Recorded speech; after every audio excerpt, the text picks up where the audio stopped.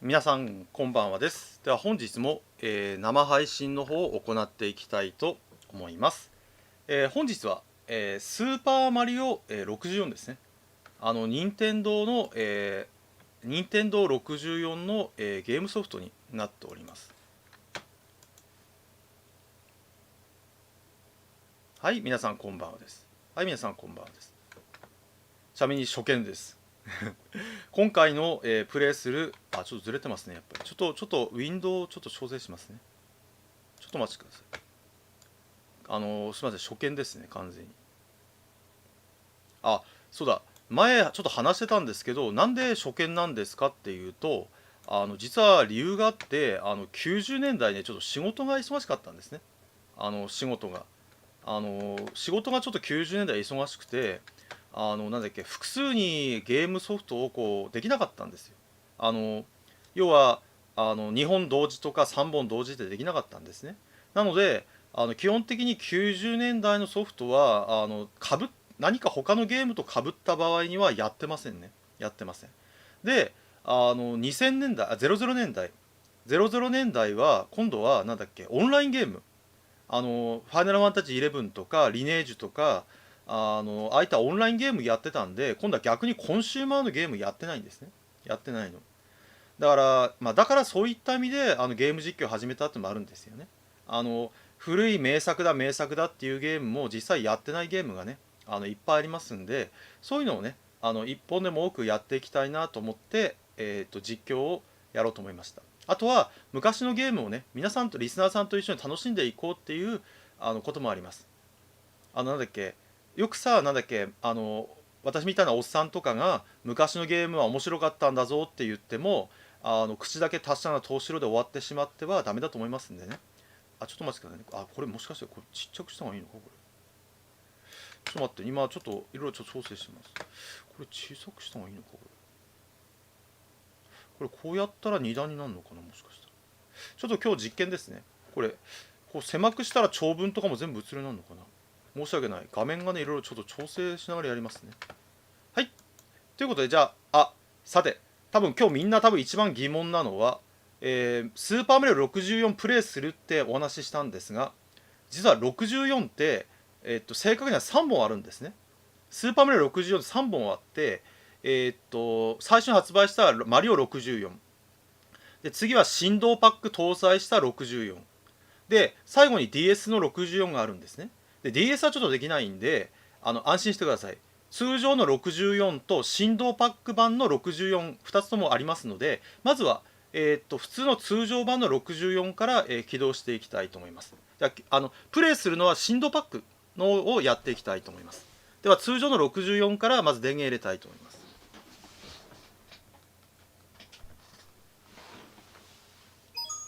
It's me, Mario. はい、これですね。これですね。これが、なんだっけ、通常の、マリオ、なんだっけ、64番ですね。違いはね、いっぱいあるんだ。細かい部分が結構違うんですね。だからバージョンアップ版ですね。振動パック版は。これが通常の64番ですね。これ顔引っ張れたよね、確か。待って、説明書読んでいいですか。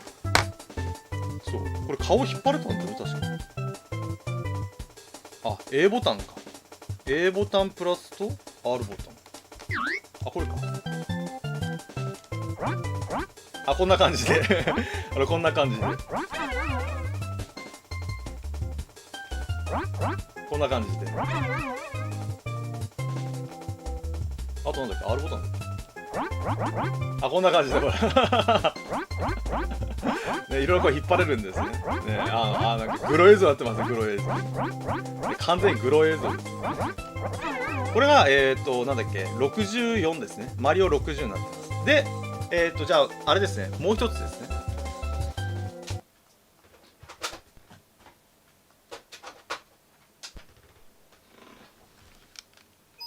はい。It's me, Mario. さあこれが振動パック版ですね。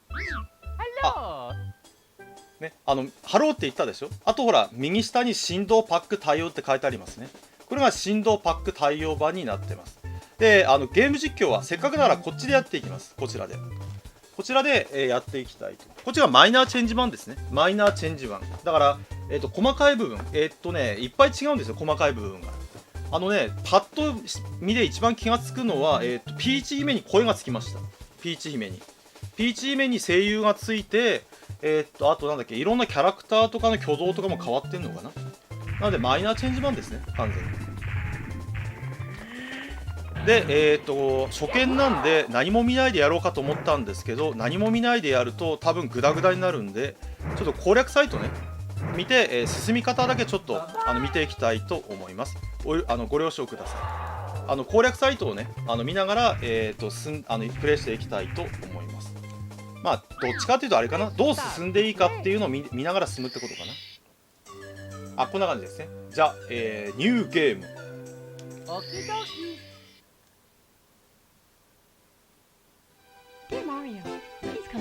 喋ってますね。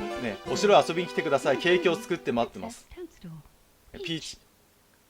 喋ってますね、ピーチ。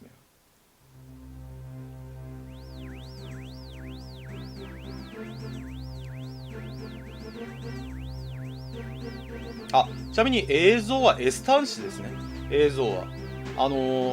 任天堂64は残念ながらコンポジットか、RF か S 端子しか対応してませんので、ちょっとなんだっけ、前回やったマリオワールドに比べて画像がちょっと悪いかなって気がしますけど、ご了承ください。RGB21 がね対応してないんですね。改造すれば対応してんのかな。改造すればね。ワープ土管をくぐり抜けピーチ目のお城に着きました。操作は簡単。A がジャンプ、B で攻撃、看板も読めます。マリオを動かすのは真ん中についてるこれ 3D じゃないですよ。これはねサンデースティックですね。サンディスティックですね。よくさ、なんだっけ、録音やってる人がサンディスティックって言うとみんな笑ってる人いるんですけど、これ説明書にちゃんとサンディスティックって書いてあるんですね。3D スティックではありません。サンディスティックですね。気になった方はググってください。サンディスティックですよ。3D ではありません。こんな感じですね。でこれ調べればいいんですね。B ボタン。P1 面お城すぐそこ。A がジャンプ、B が看板、Z ボタンがしゃがむ、B ボタンパンチ、看板読む、物をつかむ、もう一度押す投げる。これ簡単説明ですね。これがしゃがむですね。でこれがこうやってこれがハイジャンプですね。でこれがズサーですね。こうやってほら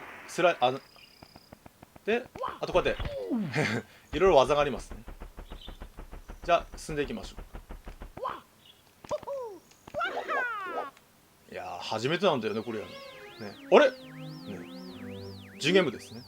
こんにちは、僕カメラマンのジュゲムブラザーズです。これからカメラを持ってあなたについていきます。はい、こんばんはです皆さん。カメラを撮影します。向きを変えるのは C ボタン、変えなくてはブブーと言います。ちょっと立ち止まったら C ボタンの上、周りを眺められます。ゲームの時は A ボタンです。青ボタンを押すといろんなカメラモードに切り替えられます。じゃあやってみましょうか、早速。こういうことですね。こうやってカメラでいろいろ見れるってことですね。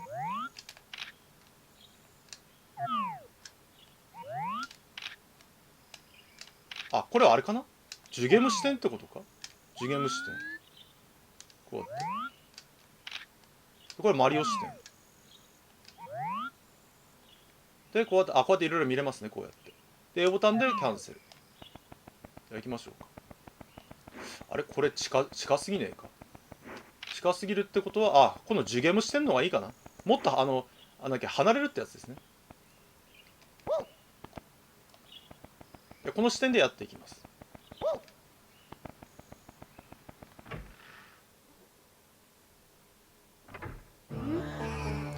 ようこそいらっしゃいました。誰もいませんの、とっととお帰りください。ガッハッハッハッハ。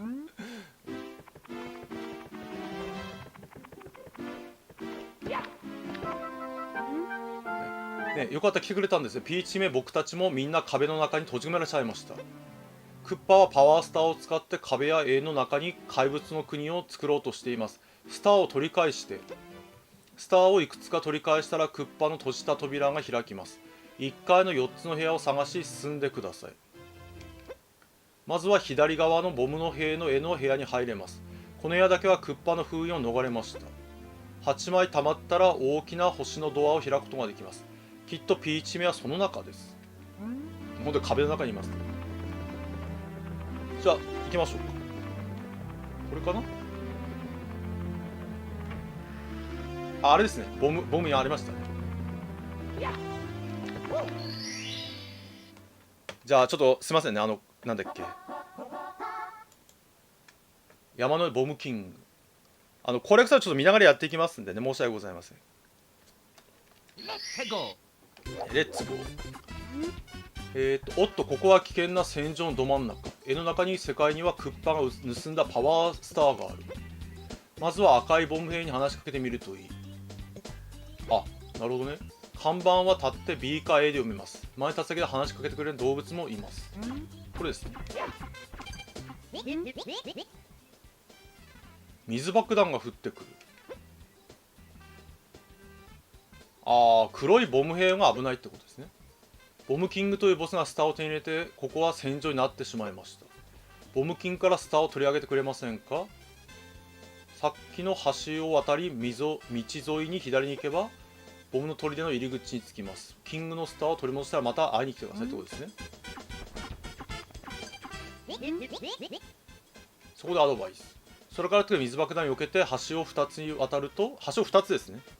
あちらの陣地です。山の上のボムキングはすごく、力持ちです。担ぎ上げられないように、気をつけてください。僕ら赤ボム兵はあなたの味方です。要は赤いボム兵が味方で黄色が敵だってことですね。じゃあ進んでいきましょう。あ、ほら、なんかありますね。ジャンプパンチ A と B でキック。物持つときは B ボタン。投げるのはもう一度 B ボタン。間違えた。もう一個の看板ですね。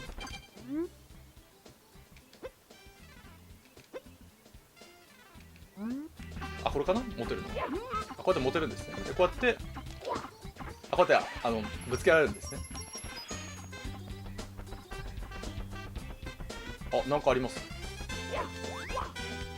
これはあれかな、赤スイッチを押してからかな。赤いスイッチ。赤いスイッチを押すまでは多分今のはダメだってことですね。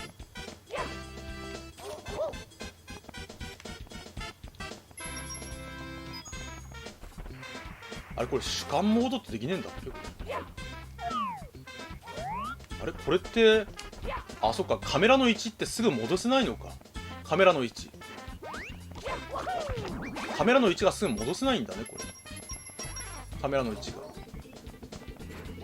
あ、これはよし、カメラの位置がすぐ戻せないんだね。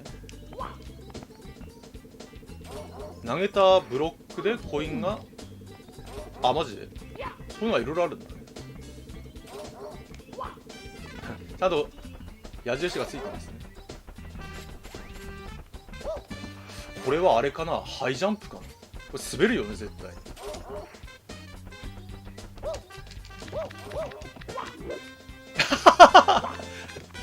取れたね、通り過ぎちゃいましたね。これカメラってさ、これカメラってさ、戻せないのかね。カメラって滑る。カメラって戻せないのかね、すぐに。ずっとこう後ろから見てたよね、カメラをすぐに。やっぱそうなんだ。カメラのがねちょっと難しいね、カメラが。なんかいたんだ。ワンワンがいる。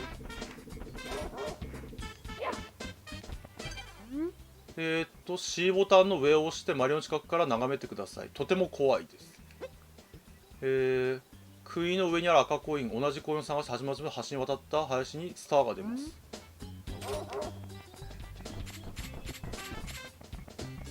ちょっと待ってくださいね。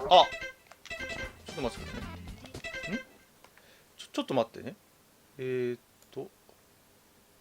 Z ボタンを四つん這いになると板で滑らない。そういうことか。ありがとうございます。こういうことね。これか。このハイハイね。なるほど、ハイハイでいけってことね。いきなりなんだっけ、ワールドと比べて多彩な動きができるようになりましたよね。ね、ワールドと比べるとさ、なんかすごい多彩になりましたよね、動きが。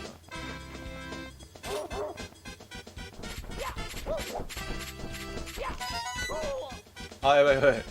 赤子に取ったんだけど食べてくれちゃう。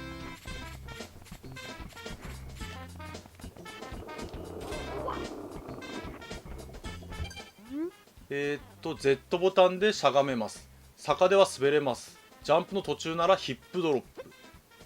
止まってしゃがんでジャンプするとバック中。幅跳び。あ、これか。ヒップアタックですね。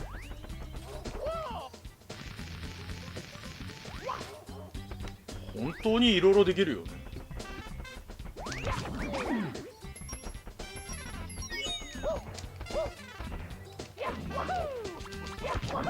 これさ、ライフ回復って何で回復するんだっけ。すごいな、動きが何でもできるよね、本当に。あ、何かまたある。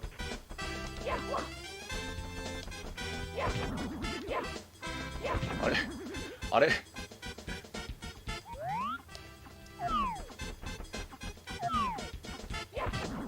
読めない。読めた。ブルーグレーの半透明の星はパワースター台に赤を見つけ始めて待てるスターがある。これか。これまだ取れないのかな。まだ少し経ってからコインで回復なんだ。ありがとうございます。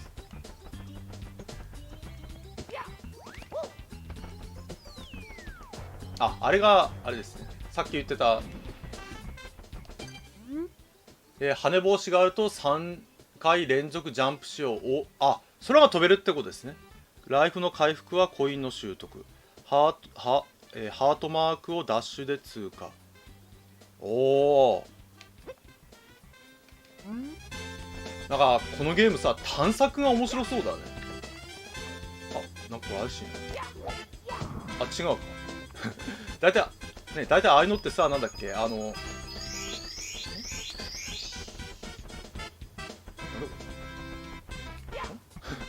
か出ましたね。ワンナップだ。落ちる落ちていくですね。あれ、今取れなかったな、ワンナップ。あれ、今ワンナップ取れなかったね。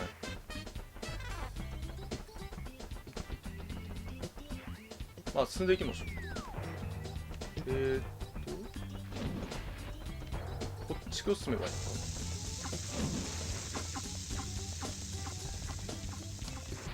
これ本当にカメラがちょっと難しいね。カメラの視点が難しいですね。これはこれはあれかな。そっち側行けってことか。こっち側行けな、こっちを行けってことね。こっちをこの鉄球を避けつつ行けってことですね。こういうことですね。ちょっと待って、今のはひどい。ボッシュート今のはひでえぞ。今のはひどいぞ。今のはひどいぞ。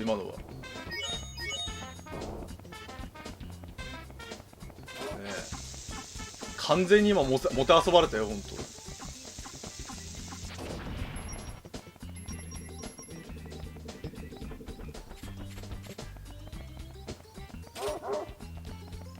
多分このステージは慣れなんでしょう。慣れこう操作の慣れをいろいろやっていくってステージなんでしょうね。カメラリセット欲しいね。カメラリセットがなんかちょっと難易度上がってますね。これはそうするとあれか、こっち側、これか。これでいけばいいのか。こんな感じ。端っこ、なるほどね。端っこ行けばいいんだね。端っこ行けば。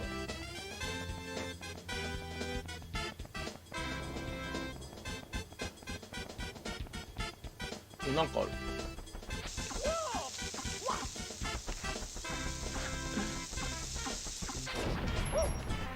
また何かあります。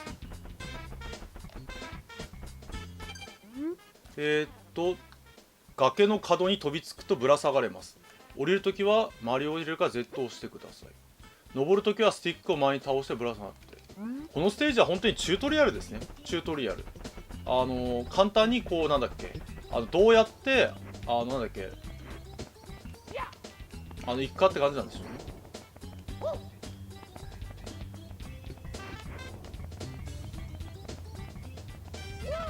おお、危ない危ない。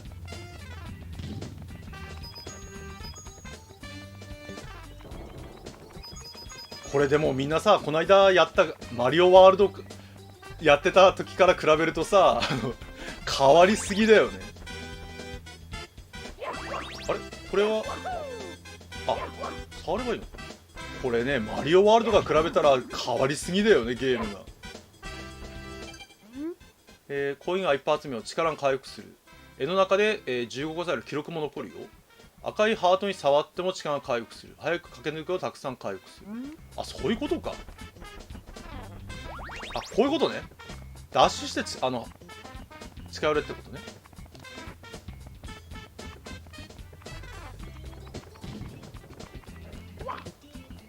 あ、ボス戦かな。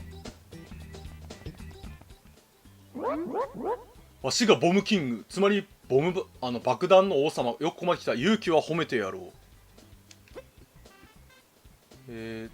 大事なパワースターをやるわけにはいかん。そこでチャンスをやろう。パワースターが惜しければわしを投げ飛ばしてみ。後ろから、後ろから担げばいいんですね。かかってこいですね。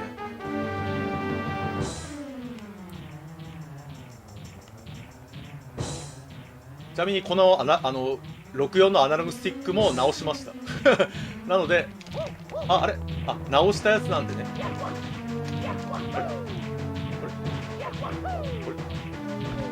やばいやばいやばい。これ直したやつなんで、なんだっけ、もし途中で壊れたらまた直します。よし、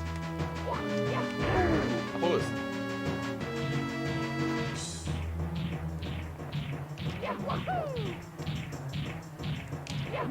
よし。ちなみにコントローラー3つあります。3つとも直しましたね、3つとも直しました3つとも。どうしてもね、これぐるぐる動かすんで壊れちゃうんですよね。やった、おいてて、回り込むの速さはまだまだだが、なかなか強い。お前のような家来が欲しかったぞ初めて約束通りパワーストーンやろう。またわしあいきたぎやこのスターをメニューから選ぶがよい。ではさらばじゃ。やりました。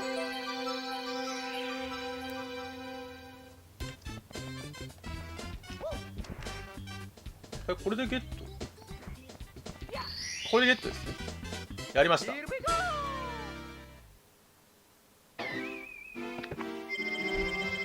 山の上ボンキングキャッチ、ね、セーブして続ける。もちろんね、盗まパワーストーンを取り返し、クッパーが閉じ込めてしまったドアを抜けるようになったぞ。2階のピーチ姫、1階の砦の部屋、2つの部屋の扉が開く。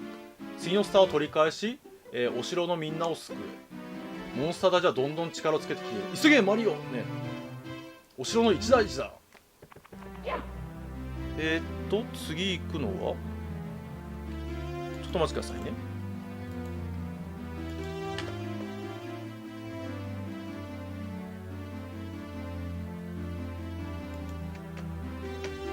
次行くのが、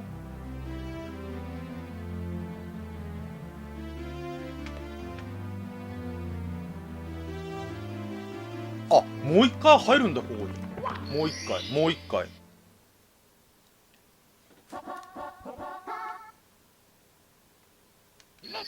本当はもう一個あるんだね。もう一個。もう一回。もう一回遊べるゾーンですね。なんだ、マリオさんじゃないですか。ボムキンがつけて本当っすか？いやー、すごいっすよ。さすが強いし、俺らほどもないけど、足も速いっすよね。もう一つ、俺らとボムキングのやつがいたお山で頂上までかけっこしてもらえませんか？それでは、おいらがドンと言ったらスタートっすよ。よーい、ドン。競争ね。競争。音楽がいいな。音楽いいね、音楽。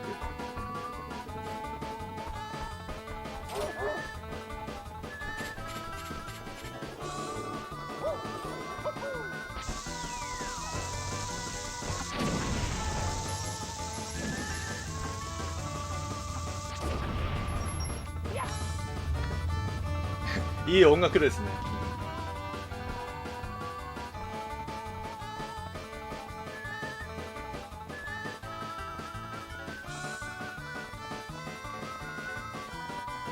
当時もね、本当にやんなくて後悔しちゃってよ。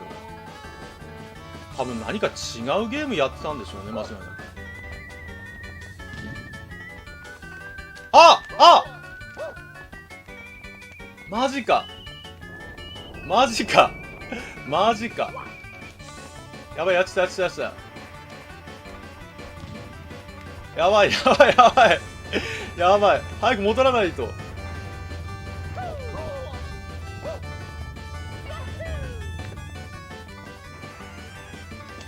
あ、こっからかってこと。あ、そういうことか。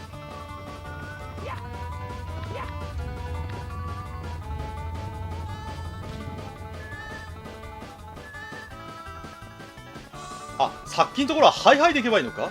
ハイハイでいけばいいのかな。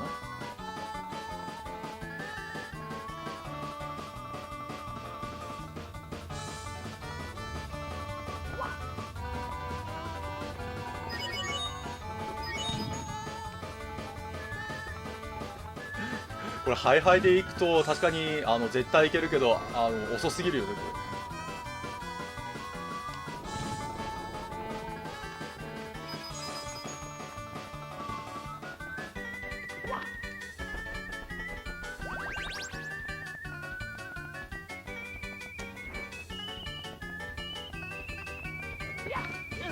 ああ、まあそれは負けるよねそれは負けるよねねえ。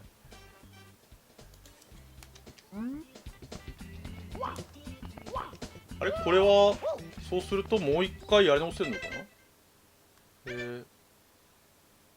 コースから出る。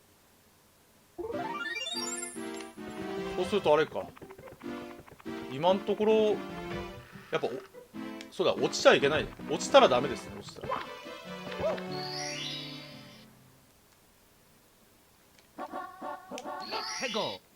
し。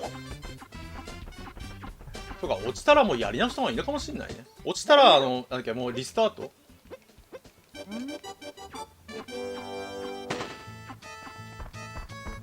してくれ。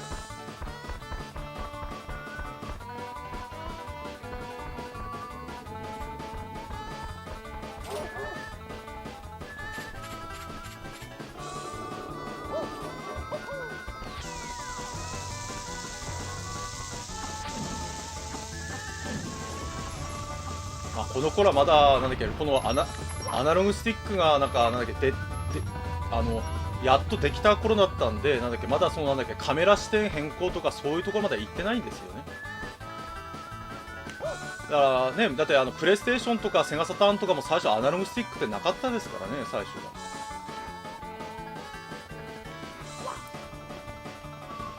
この後これのそのなんだっけ、アナログスティックがすごい優秀だって分かったんで、なんだっけ、プレイステーションとかいろんなやつでなんだっけ、採用されるようになったんですよね。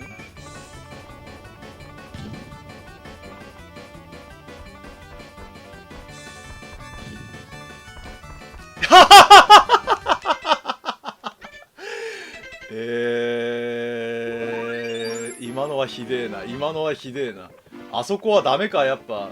あれ、あそこはあれか、ハイハイなんてしちゃいけねえのか。今のひでえな、今のひでえな。ハイハイダメなんだ。難しいな、今んとこ難しいな。いや、カメラ視点がね、多分切り替えられればね、簡単なんだよ。じゃあ歩いていこうばいいのか。あ、そっか、歩けばいいのか、ハイハイじゃなくて。歩いていけばいいんだね。歩いて。ハイハイじゃなくて歩いて。カメラ視点が切り替えたいね、カメラ視点。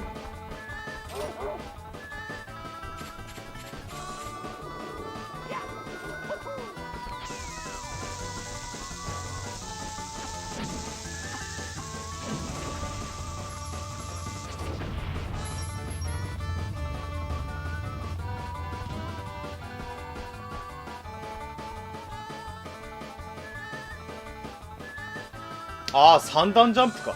あ、いや、どうなんだ。まあいや、普通に行ってみましょう。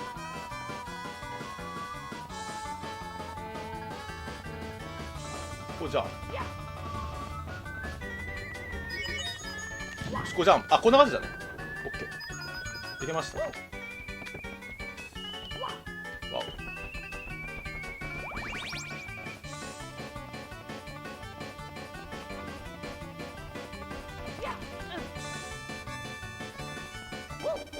お、はい、やりました。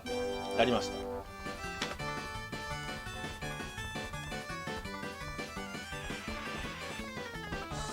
これでいいんですよ。なんか面白い。いい。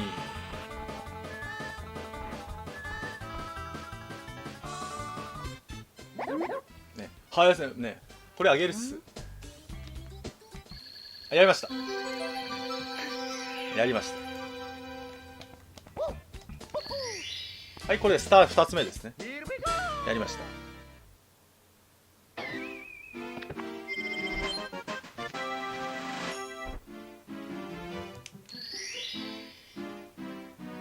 あ、ここ、ここまだあるの？スターいっぱいあるんだね、ここ。まだあるみたいですよ、スター。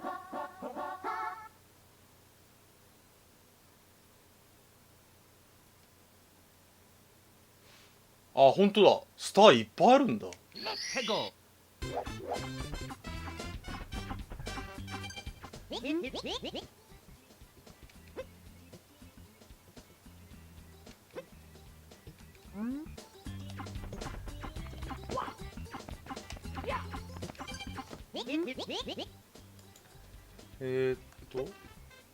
あとは飛ばせない兵器です。どう使ってください。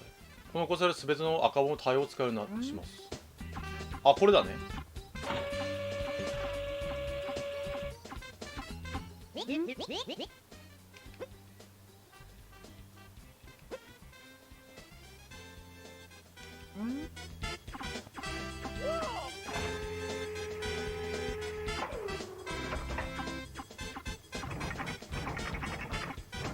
ああ、こんな感じか。ああ、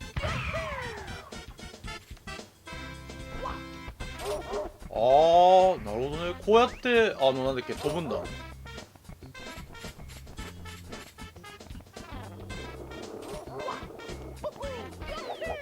ういうのは面白いよね。なんかいろいろなんだっけ、まあ今で言うとクエストかな。クエストみたいな感じでいろいろなんだっけ、同じコースでもいろいろやっていってなんだっけ、手に入るって仕組みなんですね。まあ多分これは操作に慣れさせるってのあるんでしょうね。操作に。今までほらスーパーミコンとかがやってた人からしたらなんだっけ、初めてのなんだっけゲームなんでね。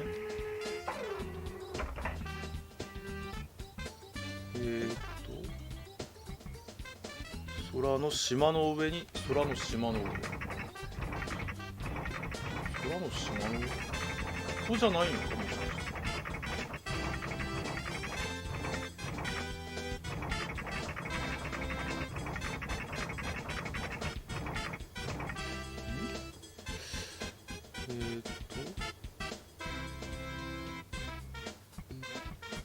島の上、これか、もしかしてこれか。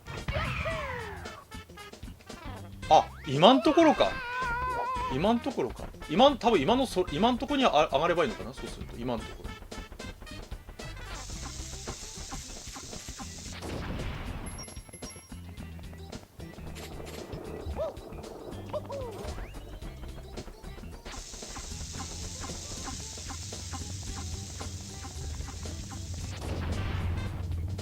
これでもさ、やればやるほど操作に慣れてきますよ。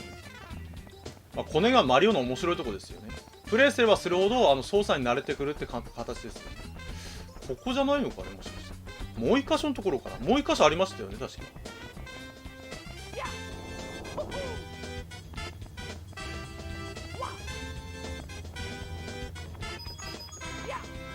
こっちかな。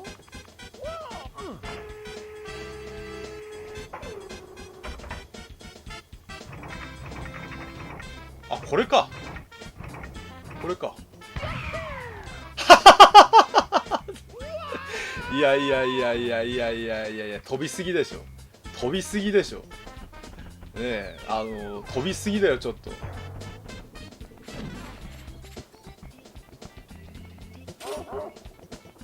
別なスターを取りに行った方がいいのかな。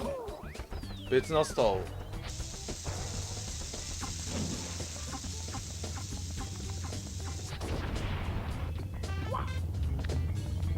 なんだっけ、同じ場所で全部取るんじゃなくて、あ、メンバー登録ありがとうございます。ああ、イタリアの配管工なのはなんでだろうね、本当に。確かに。何か理由があるのかな。うわ、なんだこれ。なんだこれ。えちょっと待って。なんか連続で来てる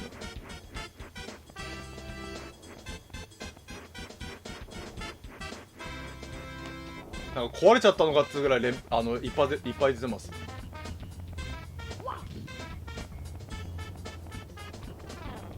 あそこがなんかいまいち難しいな、今のところが。今のところはね、ちょっと難しいね、そうっすな。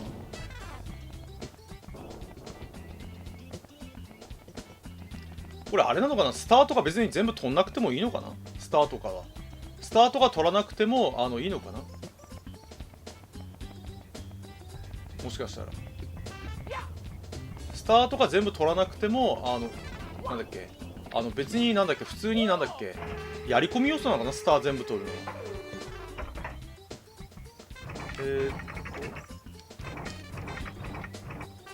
この辺にした方がいいのか。ちょっと待って微妙に難しいな。微妙に今のところ難しいな。大砲の調整がわからねえな。じゃあこれ取ったらなんだっけ、次進みましょうか。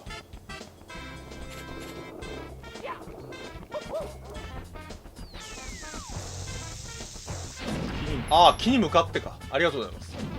木に向かって打つとちょうどいいんですね。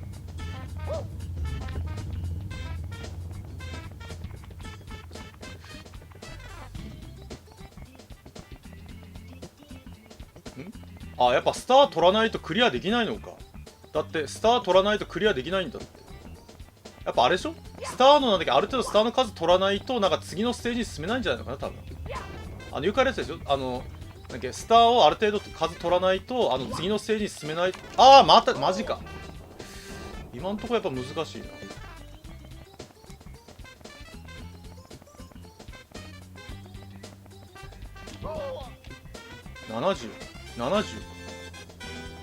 70ってことは逆にあれか、こういう簡単なとこで稼いだ方がいいのか。そうするとなんだっけ、70個ってことはなんか簡単なステージである程度、マジか。マジか。なんか今んとこああいうとこ難しいな。カメラがね、なんだっけ、向けば簡単なんですよね。カメラまっすぐに向けられれば簡単なんだけど、カメラがまっすぐに向けられないからちょっとそれが難しいですね。カメラまっすぐに向けたいね。カメラこれジャンプいける。だからジャンプでいけんのかなんだ、渡る必要なかったのか。ジャンプでいけるんですね。よし。そうだね。キー。こうか。こんな感じかな。このぐらい。いけましたね。いけました。で、ちょっと待ってくださいね。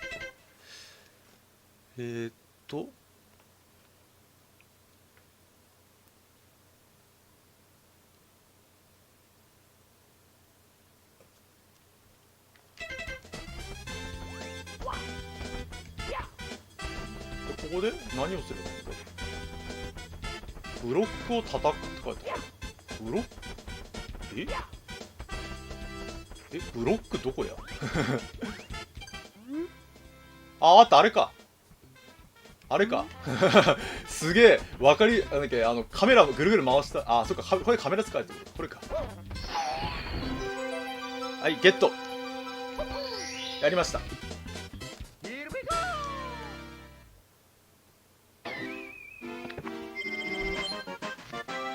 はい、皆さんこんばん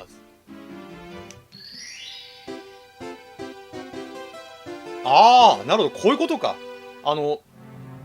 スターの数で、次はスターが3になったんで、3の数、3って書いてある扉が開くようになった。ということで、やっぱあれか。なんだっけ、120個のうち70個必要ってことは、最初簡単なステージで、なるべくスター集めて、あとサクサク進んだ方がいいってことか。だから、最初簡単なステージね。で簡単なステージでスターを集めればいいってことか。で後半の多分難しいステージはなんだっけクリアだけをしていけばいいってことだね。じゃあとりあえずなんだっけ簡単なステージまずステー集めちゃいましょう。そうするとあと後半ただクリアするだけで進めますんでね。赤コインを8つ集める。赤コインをね8つ集めるだそうです。次赤コインを8つだそうです。赤コインを8つ。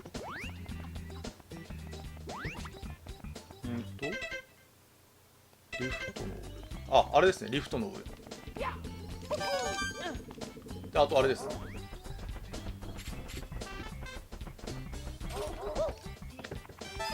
2個目で、ワンワン近くの木の上、さっきワンワンの近くの木の上ですね。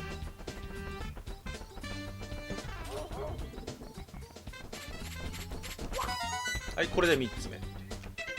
面白いな、本当に。これめっちゃ面白いですね、本当に。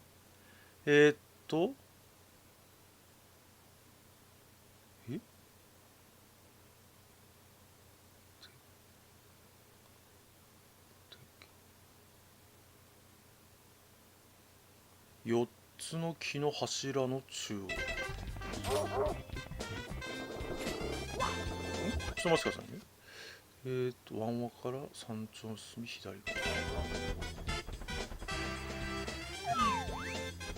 これか。これか。はい、これで5つですね。これで5つ。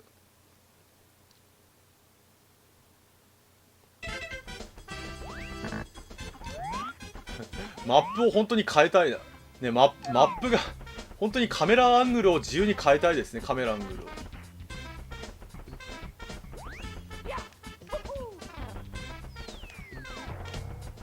カメラアングルをね自由に変えられるとなんだっけ楽ですね。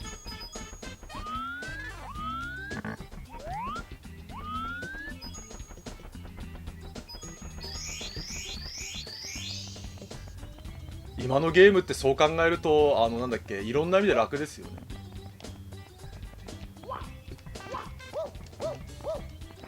こっちじゃないのか。あったね、ありました。あれか。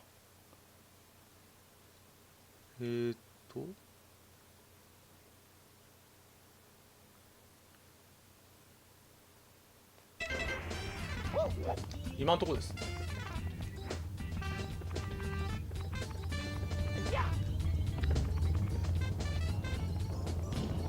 こう考えるとやっぱマジか。こう考えるとやっぱゲームってほらいきなり進化したわけじゃなくてね、なんだっけこういうほらいろいろ多分要望があってなんだっけこうゲームって進化していったんでしょうね。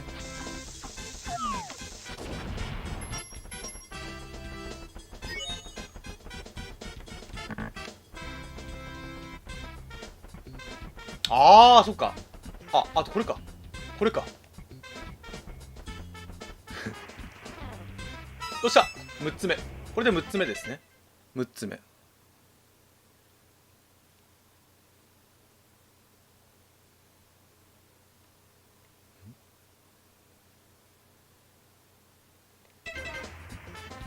あれか。下。この下。ほら。ちょっと待って。これか。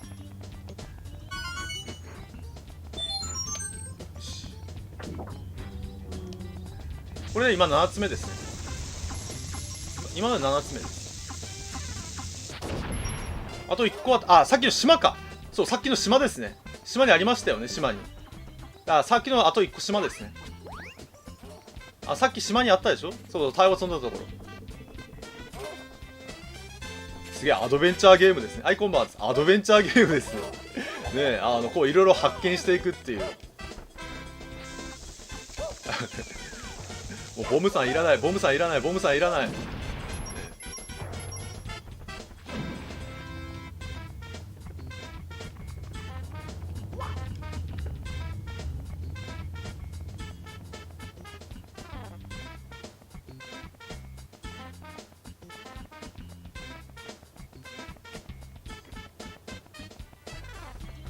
れは当時の子供たちも熱中してやったんじゃない？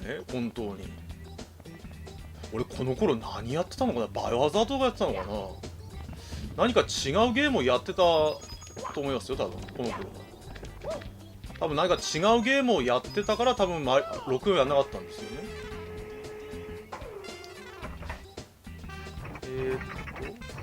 あ、これですね。あ、ありましたね。赤い、赤。そう、この辺。よし。あ、オッケー。あれどこちょっと待って。今のあれどこ？あそこはどうやって、どうやって行くんや。ちょっと待って。場所が、わかったわかった。これか。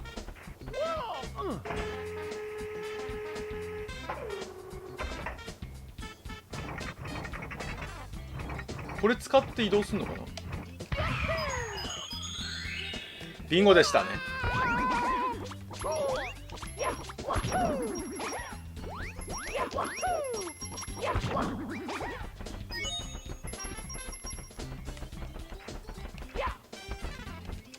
はい、やりました。やりました。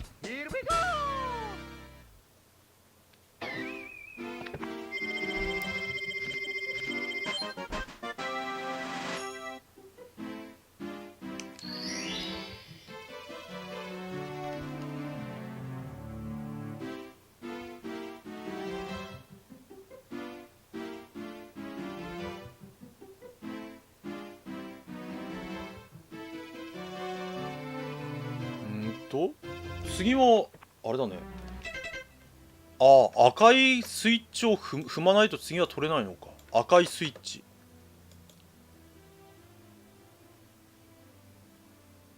赤いスイッチはまだ取れないんですね。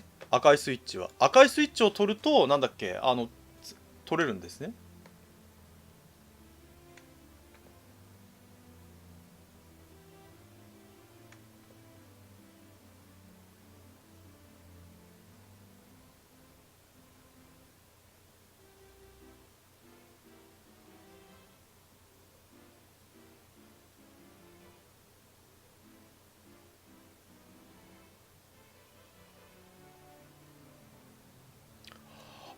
コインを100枚集めると、いや、もう一つあるね。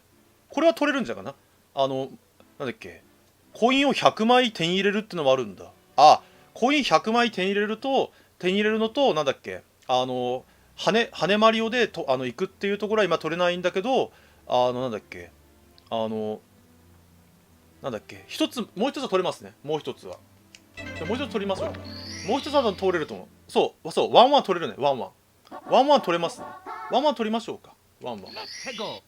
ワンワン多分取れますね。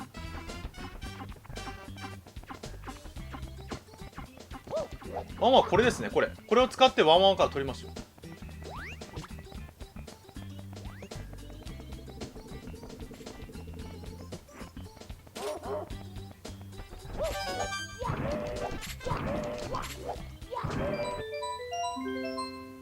これで OK ですね。なるほど、そういうことなんだね。やったぜ。はい、じゃあ3に進みましょうか。ゲーマーなんでね、やればやるほど上手くなってきますね。じゃあ次に進みましょうか。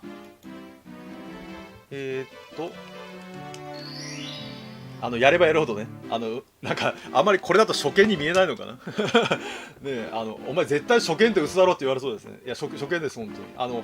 ただゲームはね、いっぱいやってますからね。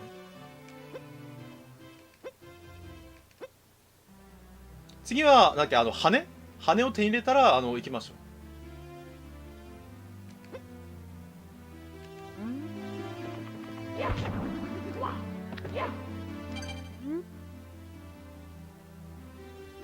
多分その辺やってたのかな、私も多分その辺だから多分やってないのかな。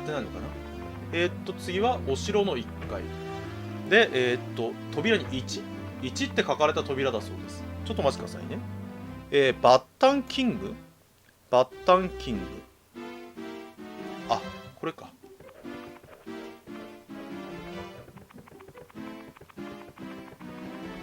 これかな。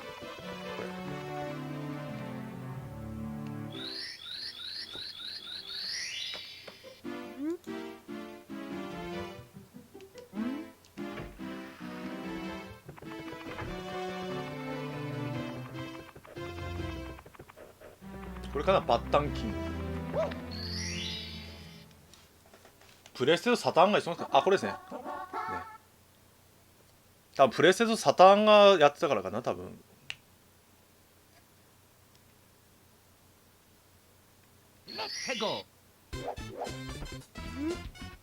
カメラマンの授業です。ちょっとアドバイス。静かに歩きたいときはゆっくり歩くことです。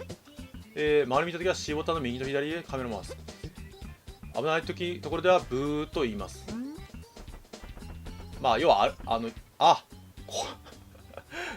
こういうことね。こういうことね。なるほどなるほどなるほどなるほどね。あれ読みたい、看板が読みたい。看板が読めない看板が読めないね。ああ、これ歩いていきましょうってことですね。歩いて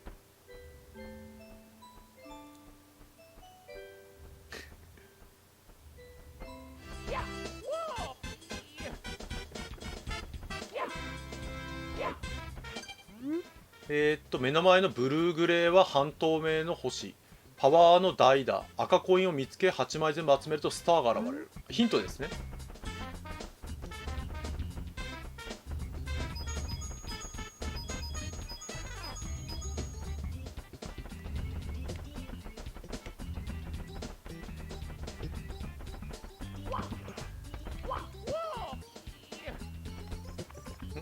あかん箱、これ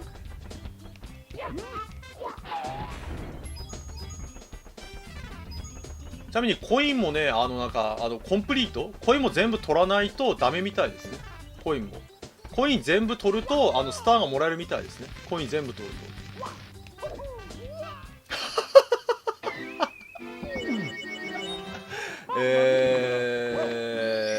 今死にましたね今死にましたね。普通に何も言うこともないぐらい死にましたねなんか一番赤い死に方しましたね。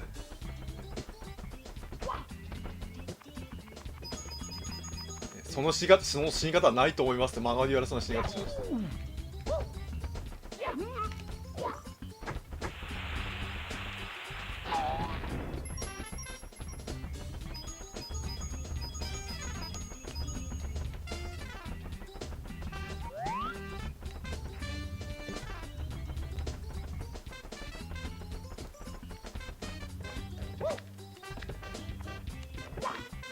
まあ自由上がれない。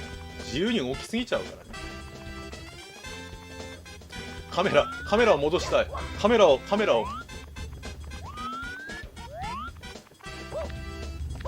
こはなるほ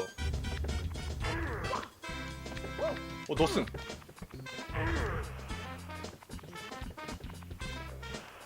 なるほど、そういうことか。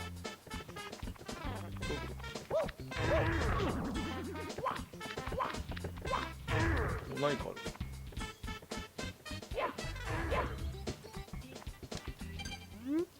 この辺り、道狭いしゆっくり歩こう。誰も頂上までたどり着けない。ふっふっふですね。まあいわゆるゆっくり歩いていこうってことですね。なんか塗り壁がいますね。塗り壁。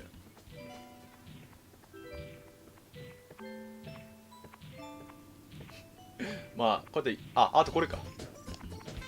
これ、ね、塗り壁です。マジかマジかそれで起きちゃうんかい。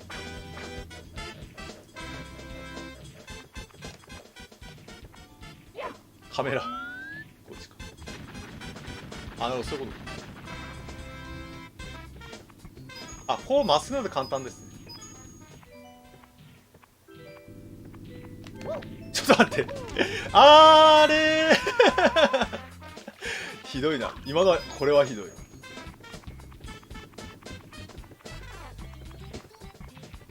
また看板。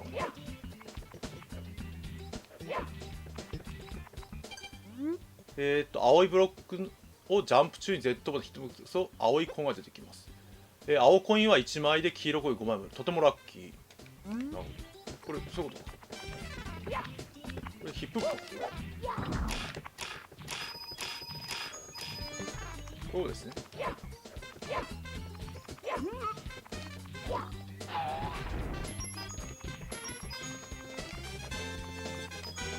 多分あれかな、全ステージ共通なのはコインを100枚集めるっていうのは全ステージ共通なのかな。100枚集めるとなんだっけそのパワースターが手に入るっていうのは全部共通かな、もしかしたら。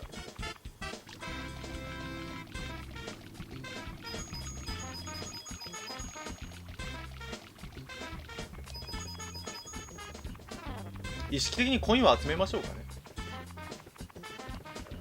うまいね、やっぱ作り方がうまいですね、本当に。任天堂さんの、ね、このマリオシリーズっていうのは長年愛されてるのはなんだっけ、その難易度もね適度なんですよね。だからそのなんだっけ難しすぎるとかじゃなくて、なんだっけ、頑張ればなんとかクリアできるっていうところが多分人気なんでしょうね。ここは覚えました。ここはあれですね、真ん中にまず向かえばいいんですね。真ん中に。あ、なるほど、パックン倒すとなるほど青くんが出るのね。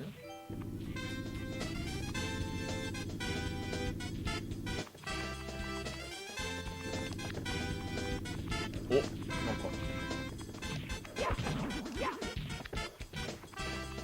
これ登ってくのかな。キアボはジャンプで捕まえる。登る降りるは、Z で手を離す。向きを変えるときはサンデースティックの右と左。A ボタンで背中の方向にジャンプします。登れってことかな。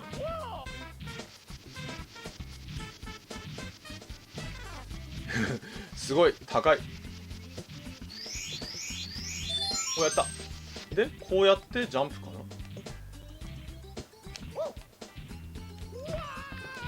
あれ届かない。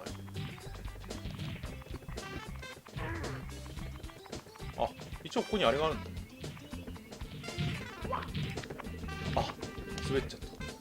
あれ、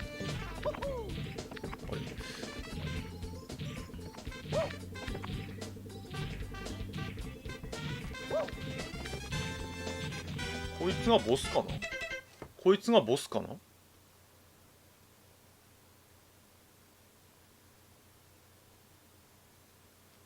あ、西川さんナイスパーありがとうございます。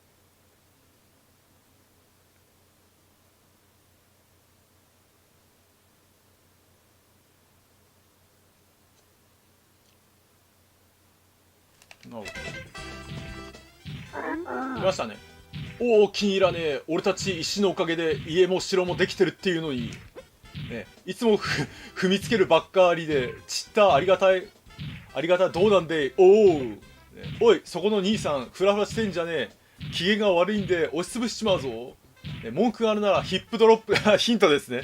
ヒップドロップでこの、バッタンキング様を踏みつけてみやがれ。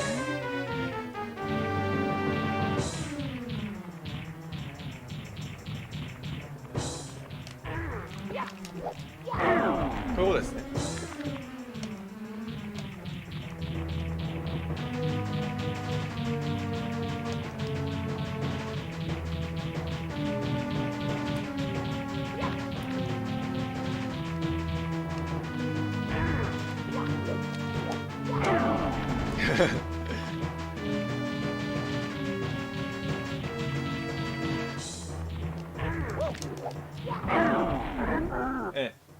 まあ悔しいぞ、また踏みつけられちまった。所詮石は石なのか。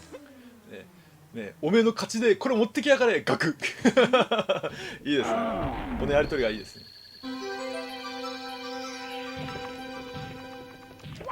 はい、パワーストーンゲット。そうです、互角にはいない世界ですね。セーブしてあ、じゃああれかな、ちょうど1時間経ちましたので休憩しましょうか。じゃあ3分ぐらいまで休憩しますんで、じゃあ次の再開が21時3分から再開しますんでね、よかったらまたご来場ください。9時3分から再開しますんでね、よかったらご休憩ください。じゃあ休憩になります。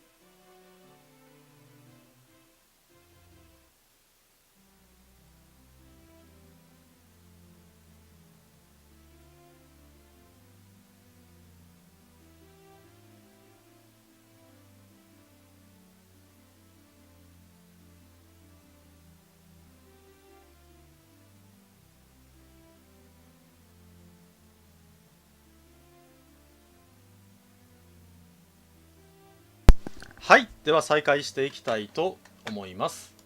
面白いですね。本当になんだっけ、よくできてるゲームですね。はい、じゃあ再開したいと思います。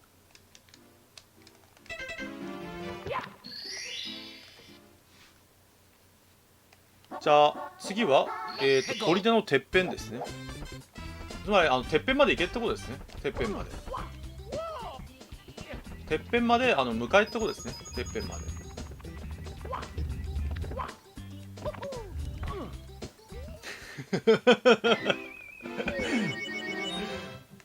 そういうことか。そういうことか。あれ死んじゃうんだね、あれで。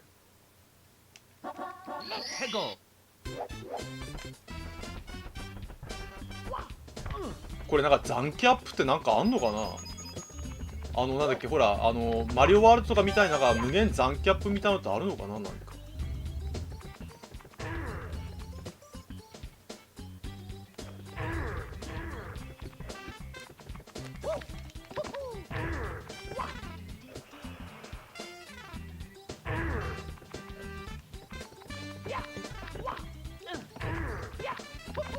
よし。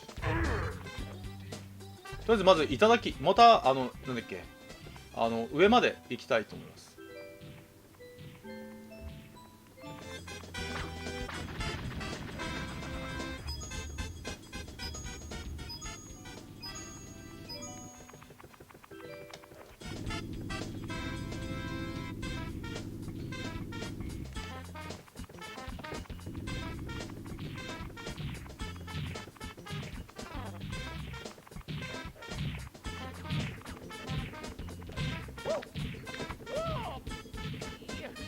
あ、本当だ。これか。この塔を登るって形です。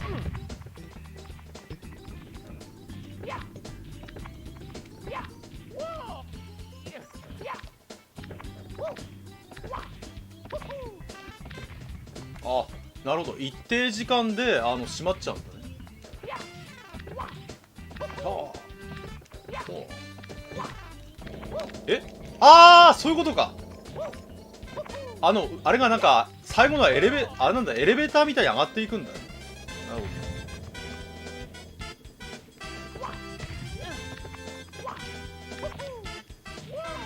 ど。見えない。画面が見えない。これですね。あ、はい、スターゲット。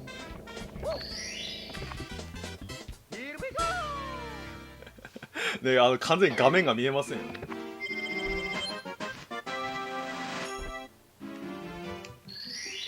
よし。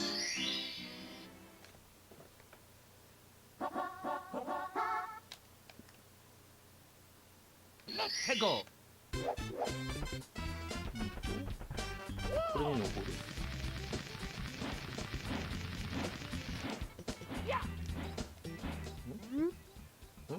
だいたいせっかくいい気持ちで寝てたのに、ああ、体が重いな、ちょうどいいや、私とひとっ飛びしませんか。ジャンプボタンを押してる間、ぶら下がれますよ。降りた時は離せばいいです。あ、これか。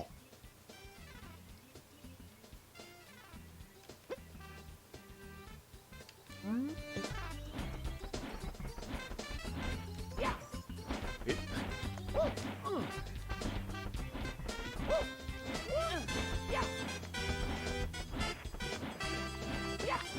あ、こっちは上に行けってことか。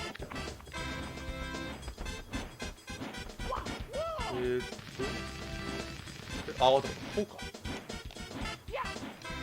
え、あれこうか。あ、こういうことか。これで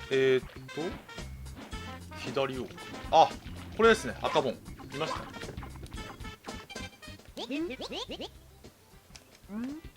これ対応で使えますね。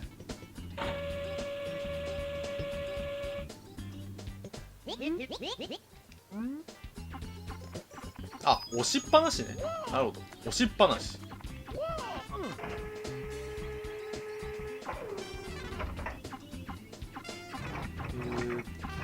これか。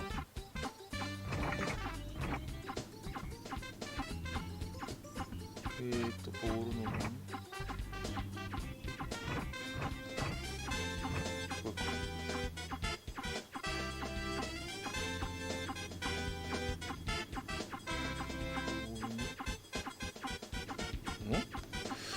ボールの上の下の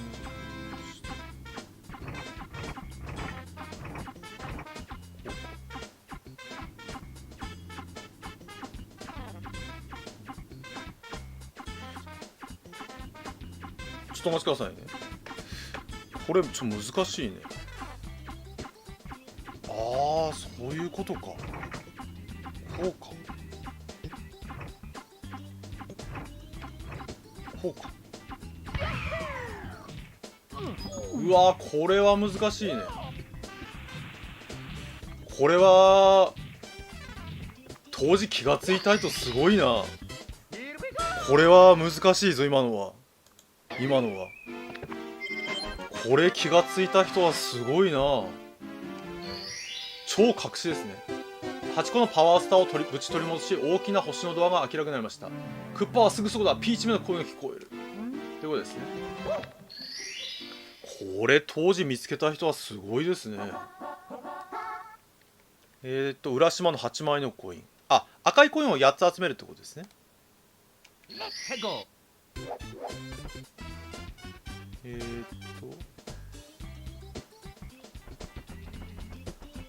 あ、ここで赤コインを8つ集めるって。あ、まずここですね。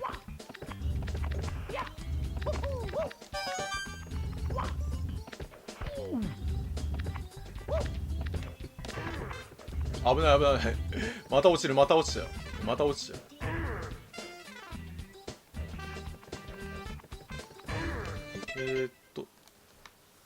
赤を8つですね。落ちる。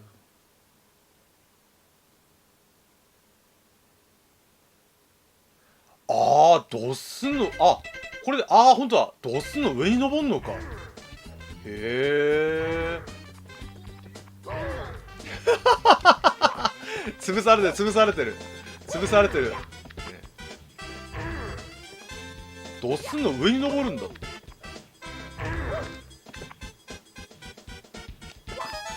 なるほど。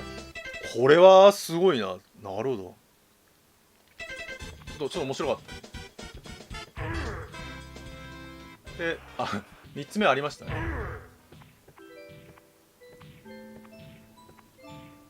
で、これをゲッ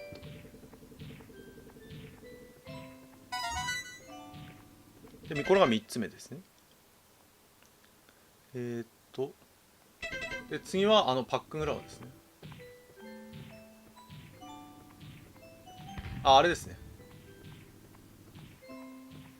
これが4つ目ですね。これが4つ目。さっき5つ目が落ちちゃった。こっち何かあんのかな。こっちこっち。こっちは何かあんのか。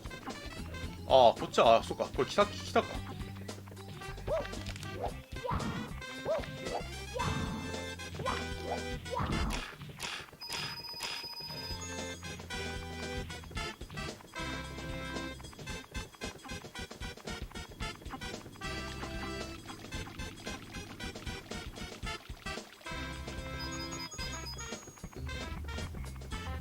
こういうなんか探索する楽しみがありますよね。本当に探索する楽しみが。こういろいろね、なんか探して、なんだっけ、あ、こんなのあったんだって感じで、いろいろこう探索する楽しみがありますよね、本当に。そうすると、これのあれか、一番先っぽかな。この辺かな。よし。これで5個目ですね。あー、ワンナップがあ、危ない危ないね、今最後ですね、ワンナップが落ちていくね、まさかのワンナップが落ちていくっていう。下に落ちる。水たまりから連続で駆け上がり。ああ、あれか。はい、これが6つ目ですね。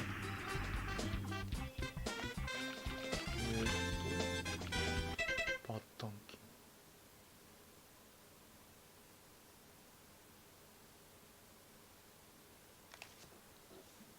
で、一番上までですね。探索型のゲームって面白いですね、やっぱり。いろいろこうなんか見つけていく喜びがありますからね。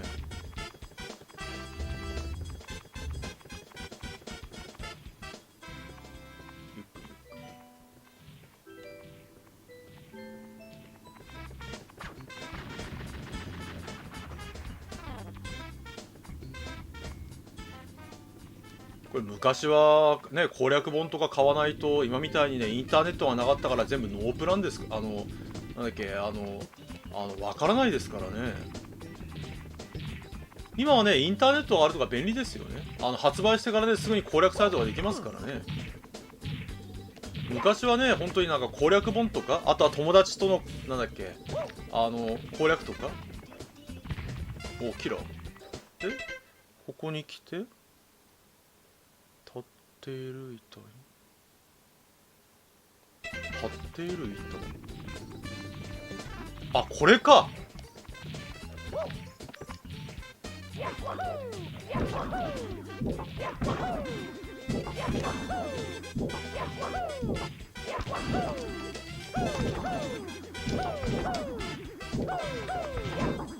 え？ど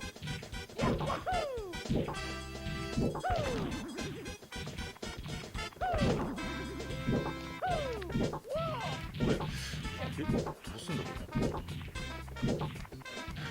カメラの位置を固定したいな。あ、これで OK かな。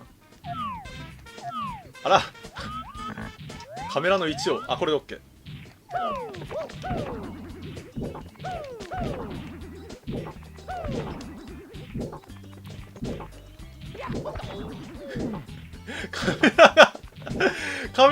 難しい。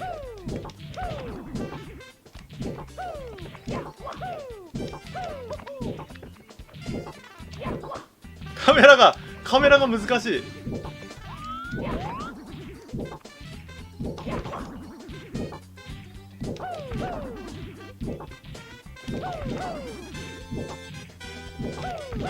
え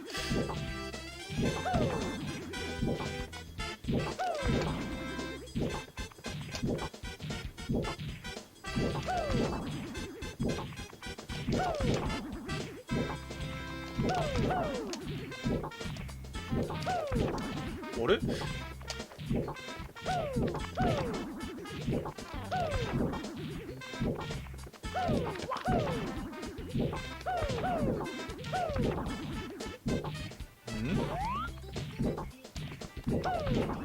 なんかやり方違うのかな。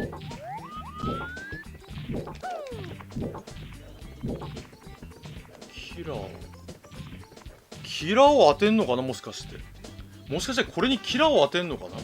キラーを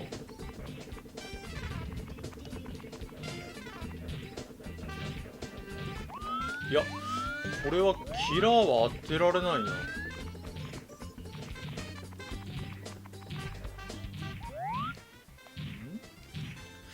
どうしたらいいんだ。今のやり方でいいと思ったんだけど違うのか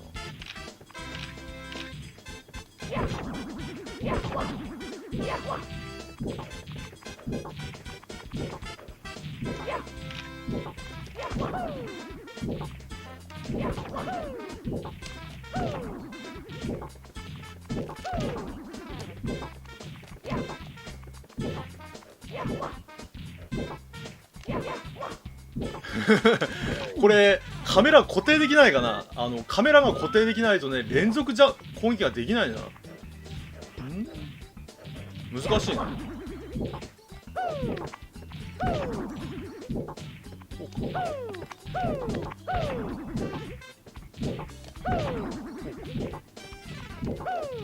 まあそうなるわな。まあそうなるわなって。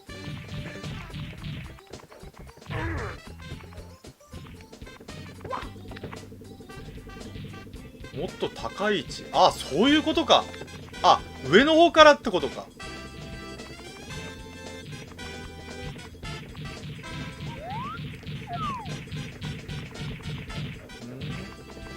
難しいね。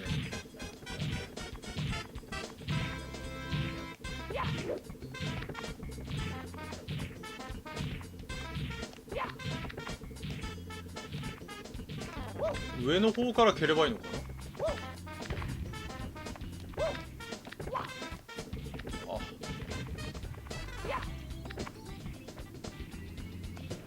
カメラが本当に固定したいですね。あれ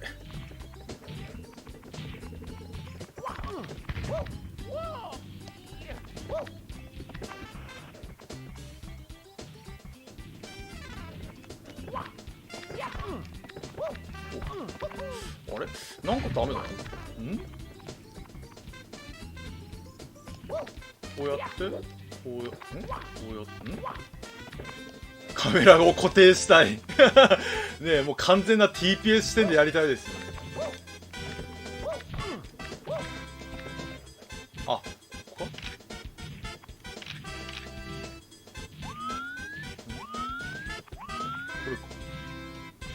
これでジャンプすればいい。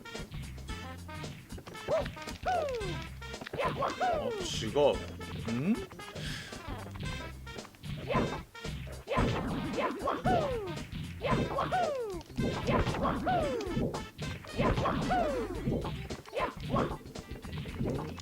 うわ、きついなこれ。カメラがね、ずれちゃうんだね。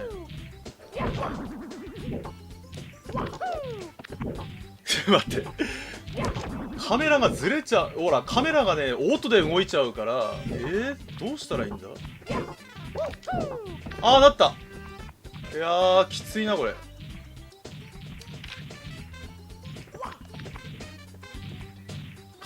カメラが一番きついね。カメラが本当に一番の敵はカメラだって言ってたのは本当です。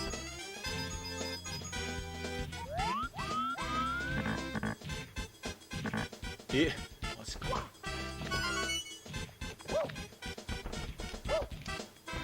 い、オッケー。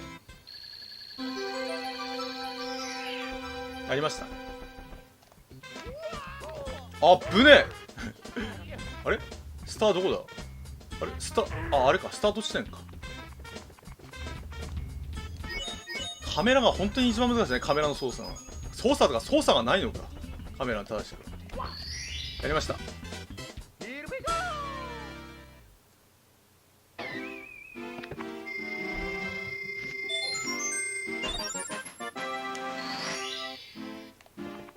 さあ次次はフクロウですね。フクロウ。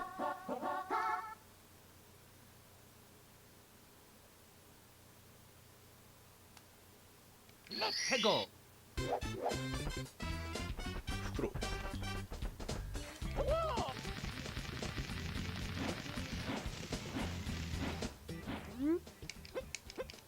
よし、フクロウに捕まって移動するってことですね。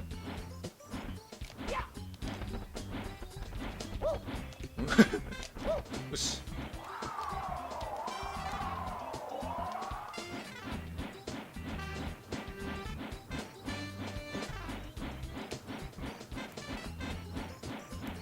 鳥かご。あれか。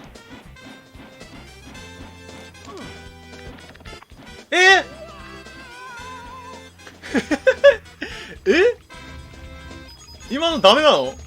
今一発で成功したかと思ったんだけどダメだったんだ。今のじゃ今のはなぜダメだったんだ今のはなぜダメだったんだ。微妙にあれかな。微妙にずれてたのかな。微妙に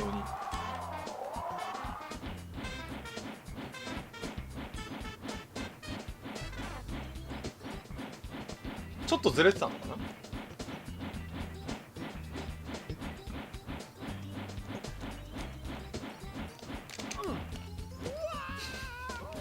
マジかマジかマジかフクロウさん、マジかフクロウさん。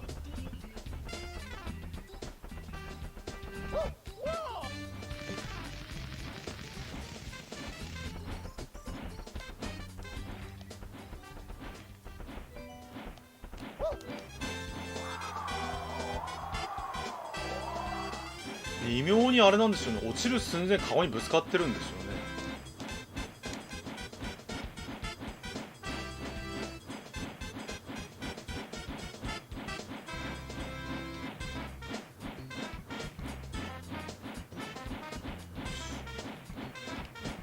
よし、いった。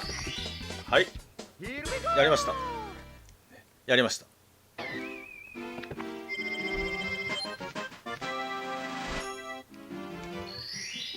でこれで10個になったんであれですね。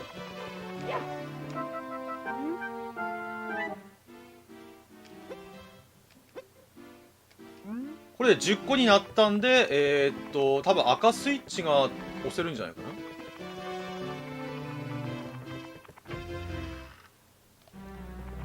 どこだ赤スイッチ。どこだ赤スイッチ。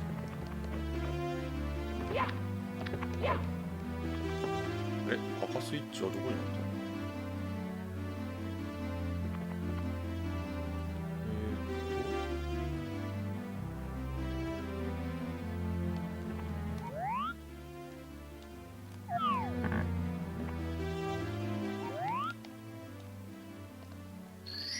あった？こういうことか。ね、羽スイッチの構成をこそ虹のリングの真ん中の塔の上にある赤いスイッチを組もう。この世界の全ての赤いブロックが実体になる。三段跳びで空へ、Z ボタンで、ライディング。操作は飛行機の操縦桿のように前に倒すと下がる、手前に行くと上がる。試し。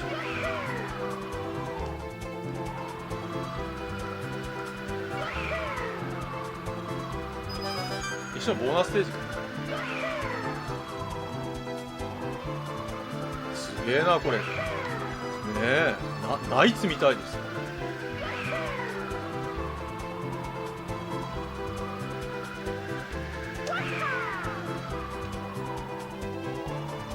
やっぱそうなんだ。ここでも赤コインがあるんだ。これ赤コインを取りましょう。え、あ、時間制限ありなのね。あ、時間制限がありなのね。なるほど。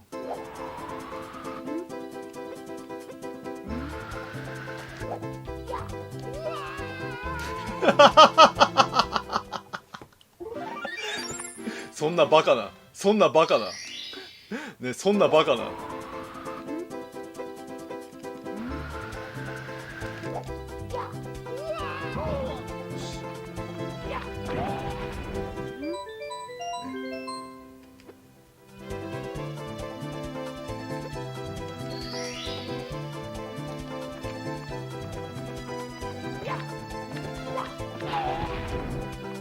これでお花帽子ですね。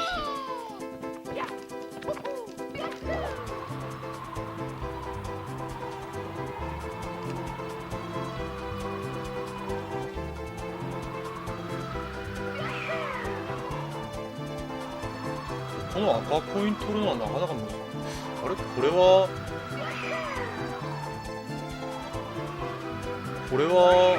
どうやって上に行くんだこれは。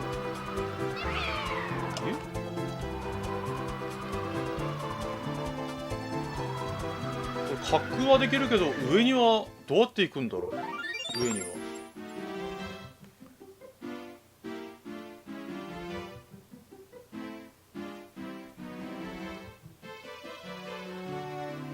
この赤コイン8枚取るとスターが取れるんですね。結構難しいね。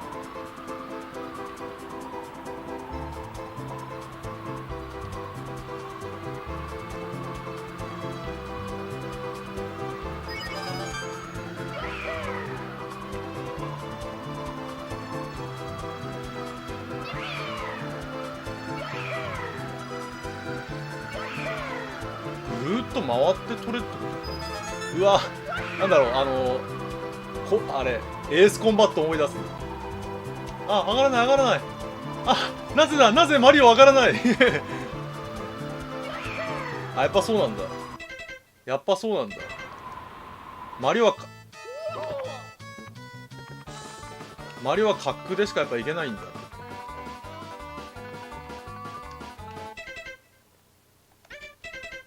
これ結構難しいね。目の前や右側に見える。なるほど。そう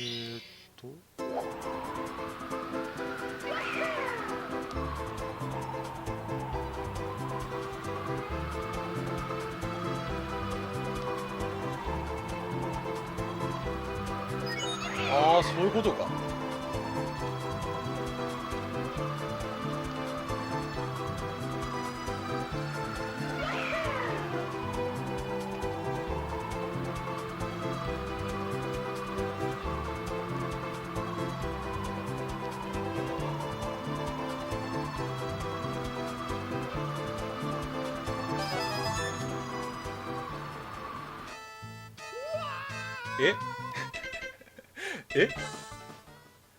時間決まってんのか。時間決まってんのか。これ結構難しいな。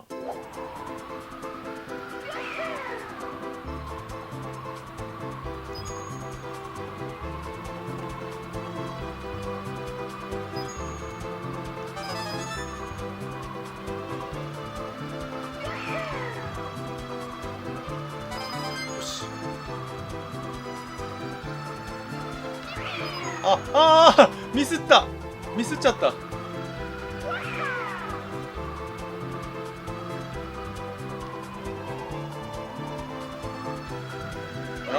ょっと分かってきたよ。ちょっと分かってきました。ちょっと分かってきた。あれ無駄になんだか上昇とかしちゃいけないんだね。無駄に上昇をしないで行くって感じだね。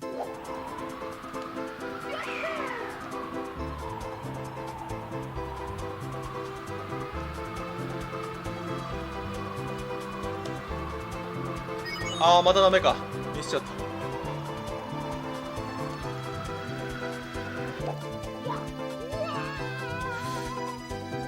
難しいね。これ本当に難しいね。多分これが慣れなんでしょうね、完全に。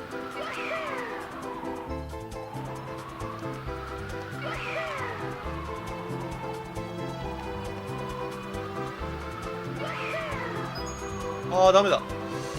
うわ、ああなんだこれ難しいなマジで。難しいね。これほんと難しいよこれ。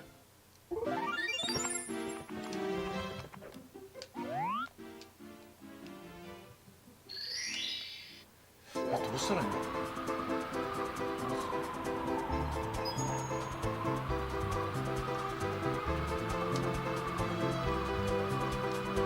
ああダメだ。あれ難しいな。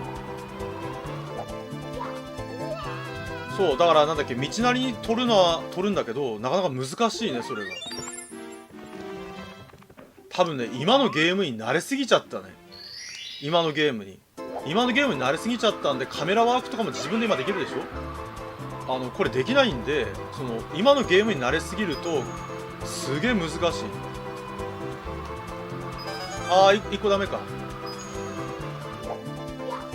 これ難しいよ、すごい難しい。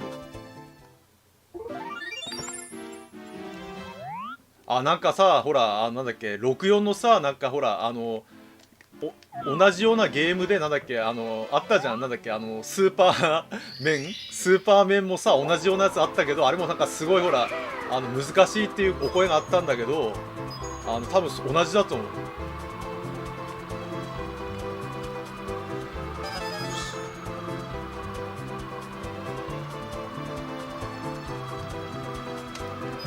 嘘マジか、今ダメなのか。これ分かった。これね勝手に少し上に上がるのか。勝手に少し上上がるの。勝手に少し上に。で上に上がったから下押すでしょ。下押すとなんだっけ急上昇しちゃうんだよ、そうすると。だからすごい微調整。うわーこれ難しいよ。これおじちゃんの腕じゃ無理じゃないかなこれ。いやあとはもしかしたら修理したアナログスティックが言うこと聞いてねえのかもしんねえ、その微調整の言うことを。これどうしたらいいんだろう。微調整がもしかしたら私のほら壊れたやつだから、なんだっけできないのかもしれない、もしかしたら。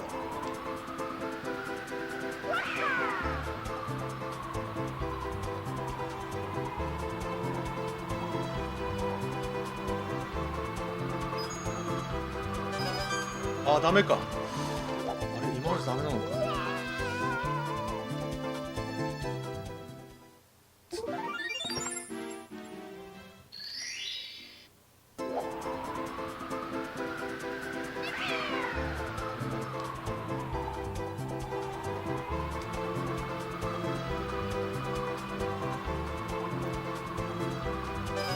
ダメか。これ難しいな。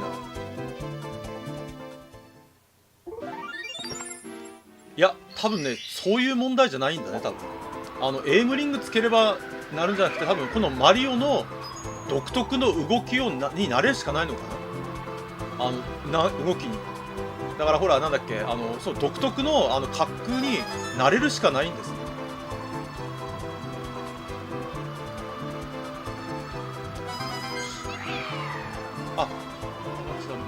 上がっちゃダメ。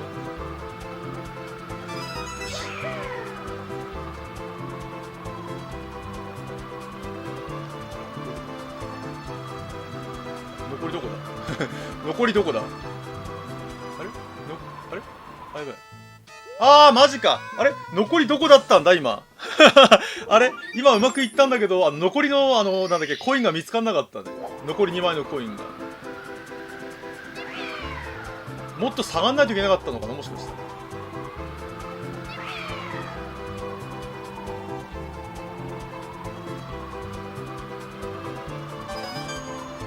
今ダメか。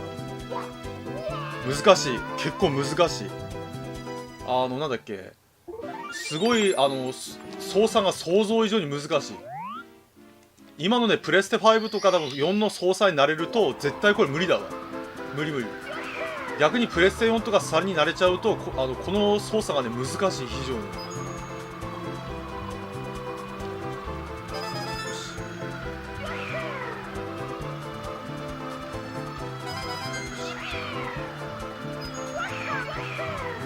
あ、マジか。そうそう、だから細かい操作がね難しいんだ。細かい操作がね異常に難しい。細かい操作が大体の動きは簡単なんだけど、そのなんだっけ、ピンポイントみたいな操作がね非常に難しい。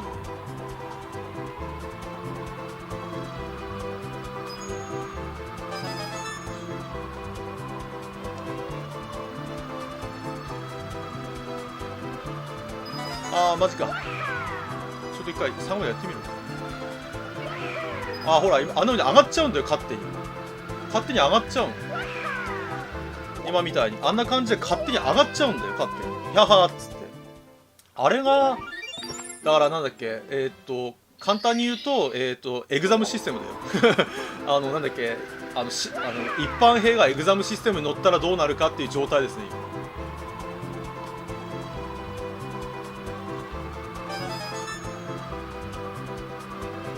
だからアナログスティックをなんだっけ、ミリ単位で動かせってこと、ミリ単位で。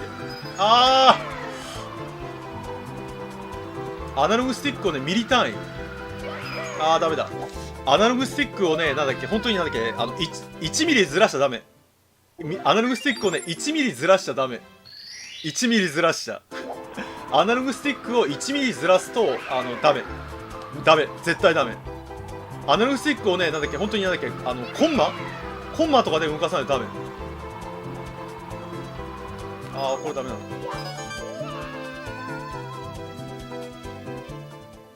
無理かな、おじちゃんで無理かな、ここは。いや、あとはねなんだっけ、壊れてないやつをコントローラー持ってくるしかないね。壊れてないなんだっけ、いや多分下手するとコントローラー変えたら簡単にいけるかもしれないなんかだから今の新品のなんだっけ、64のコントローラー買ってきた方が簡単かもしれない。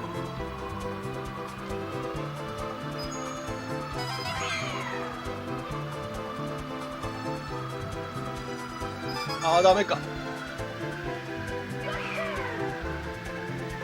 れどこ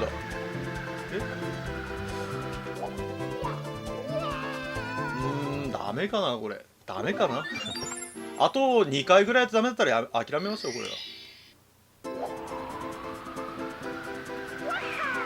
やっぱ修理したやつなんで挙動がね不安定な部分もありますけどね。ダメか。無理かな。だからもしこれやるんだったらちょっとコントローラーを新しく買ってくるしか、いや新しく買ってくるって言ってもあんのかな。アナログスティック直したやつではねちょっと無理だね。なんだっけ、コンマの動きができないんだよ。ちょっとした動きっていうの。ダメ、無理だ。ドリフト状態は無理です。これやっぱ無理です。諦めましょう。これは無理ですなんだっけ、無理です、これは。もしやるんだったらなんだっけ、本当に新品のコントローラー探してくるしかないですね。新品のコントローラー。はい、じゃあ行きましょうか。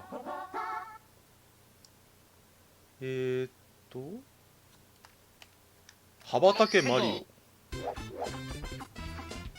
羽ばたけマリオ、これか。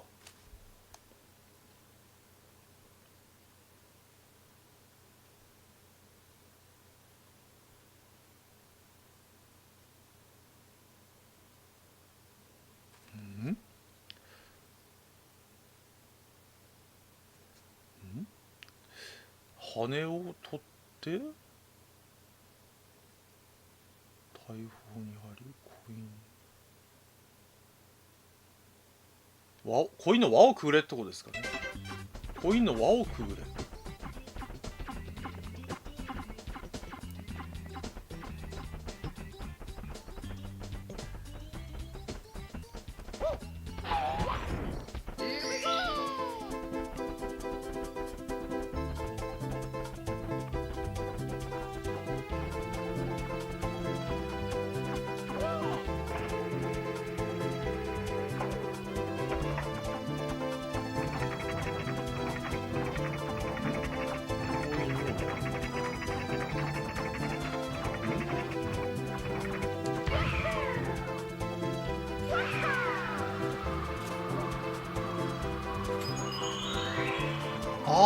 こういうことか。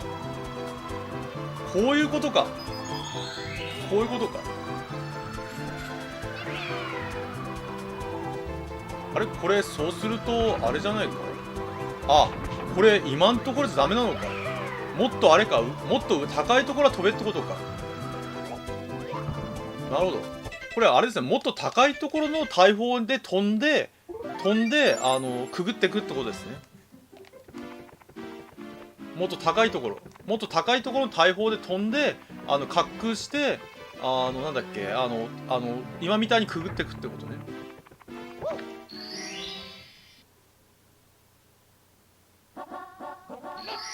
5箇所だそうです。5箇所全部で5箇所だそう。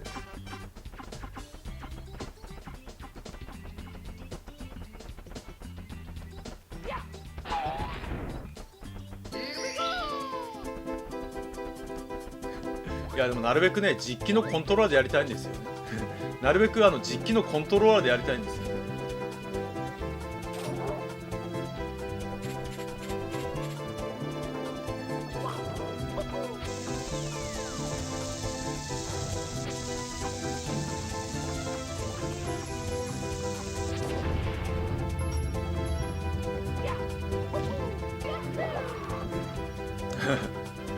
面白いですよね。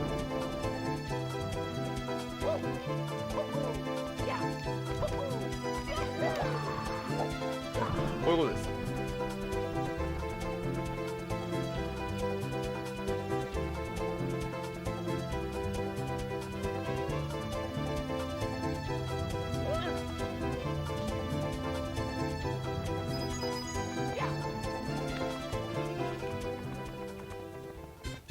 あれ間に合う、あれこれ間に合わないのか。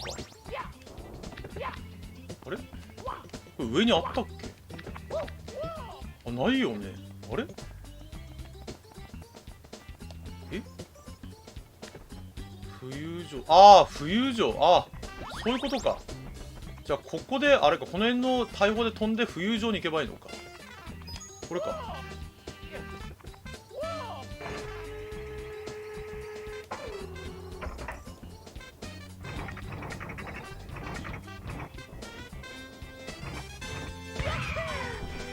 あ、これか。あ、こういうことか。これで大砲で飛ぶ。こういうことですね。これがまず一つ。3つに入った。で、あと2つ。どこだあと2つ。どこだあと2つ。あれか。ああうわ、この挙動やばいなマジで。あれこれすげえ難しいぞこれ、想像以上に。あれか。届かない届かない届かない。これ待って、難しいぞ。あれやり直しできないのかい。あれこれやり直しできねえのかい。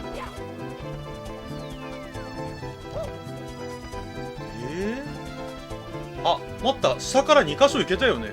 下から2箇所行けたってことは1回スタートして戻ったらいけんのかな。ほら下から行けたじゃん。下から2箇所だから、なんだっけ、下のなんだっけ、下のこれを取ってなんだっけ、2箇所行けばいいんじゃねえのか、もしかしたら。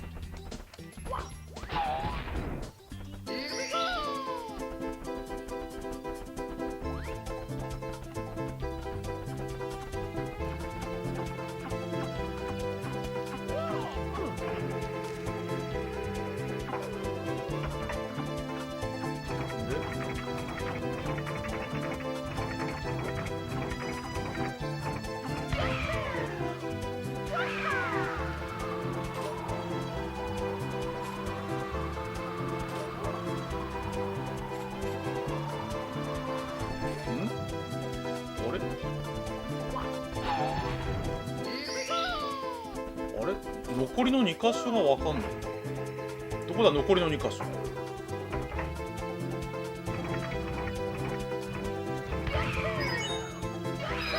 あった上か。下だけど上にあんのか。上でしたね。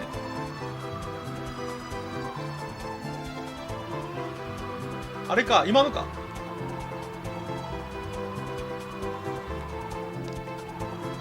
完全に戦闘機の航空機動ですよ。いけるか。よし、いけた。いけました。いけました。航空機動ですね、完全に。エースコンバット、やってよかったエースコンバットですね。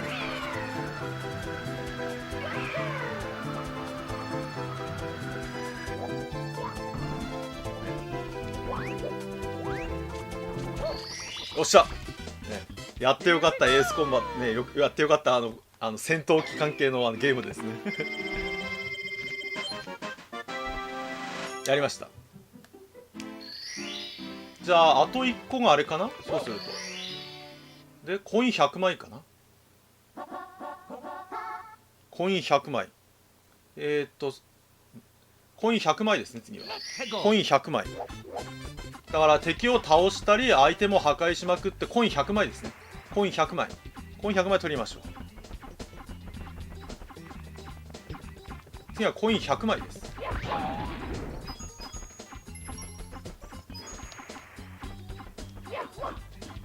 まさに100点コインですね。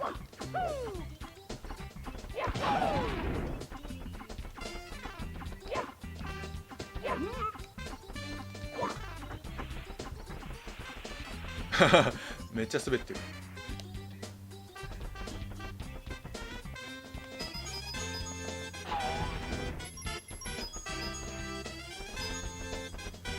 敵も全部倒すってことですね。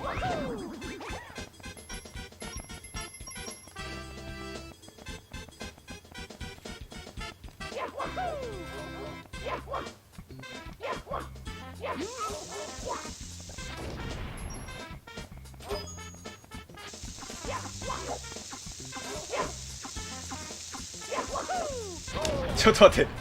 持てないのきついな。うわ、このカメラアングルきついね。カメラアングルをなんとかしたい。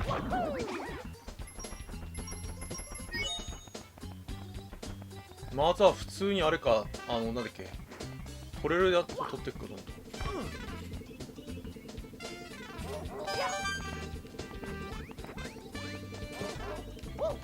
意外とコイン100枚も大変ですよね。コイン100枚も。あ、そっか、これで倒せばいいの。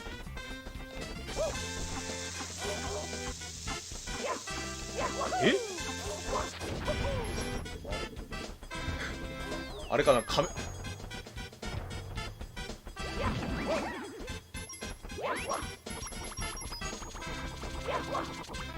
れカメラがさ、なんだっけ、正面向かないから意外とあれですよね。敵と軸を合わせるのが大変ですよ。なんか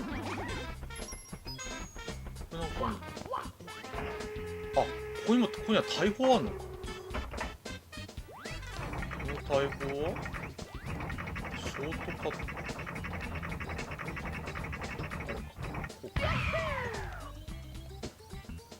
飛びすぎ。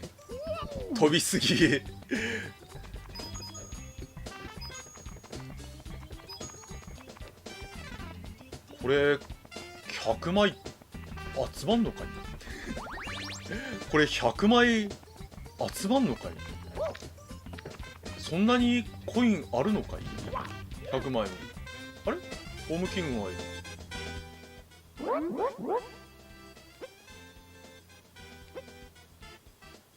あれ、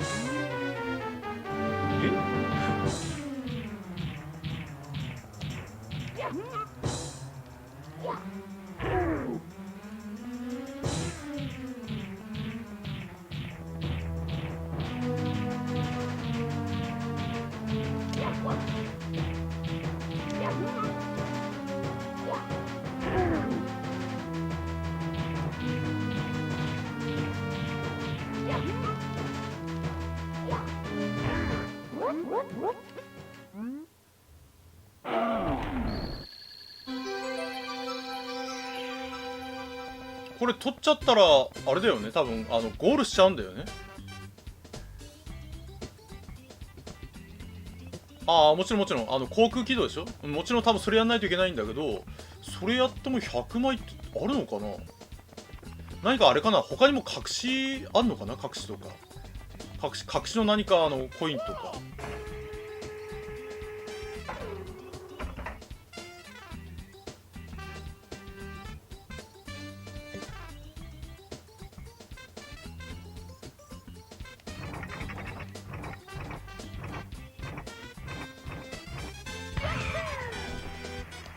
あ、そっか、赤コインも飛んできゃいけないですか。赤コイン赤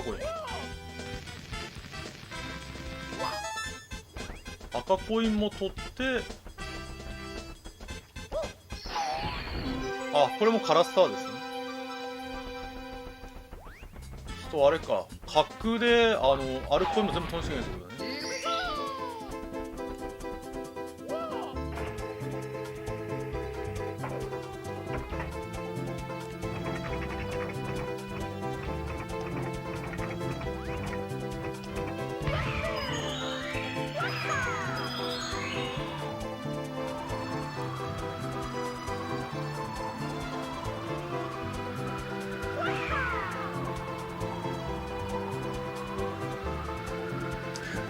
これ地味に難しいね。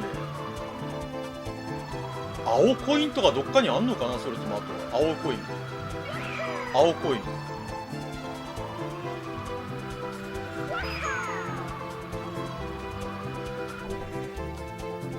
インもどっかにあんのかな、もしかしたら青コインも。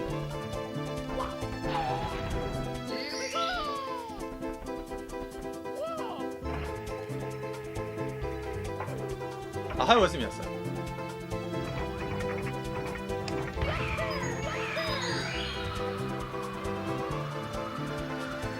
ちょっと下取っていきましょう。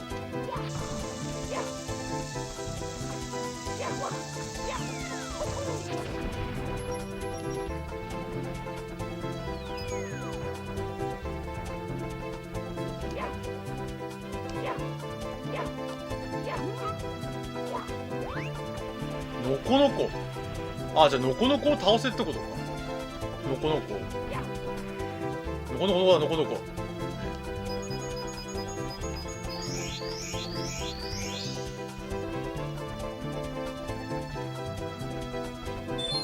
ノコノコどうだ、ノコノコ。ノコノコを探せ。ね、ノコノコを探せ。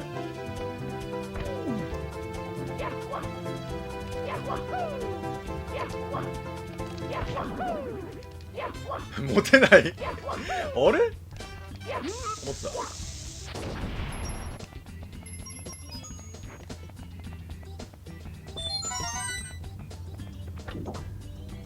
はい、こんばんはです。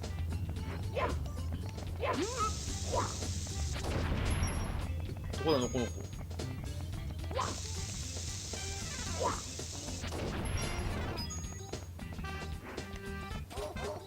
あとは木の杭を回って、木の杭。こ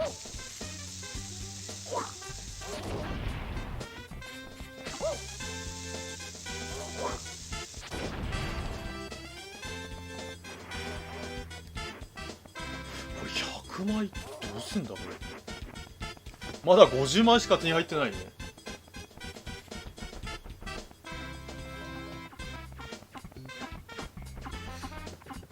何？あと43枚もあるのかい。あ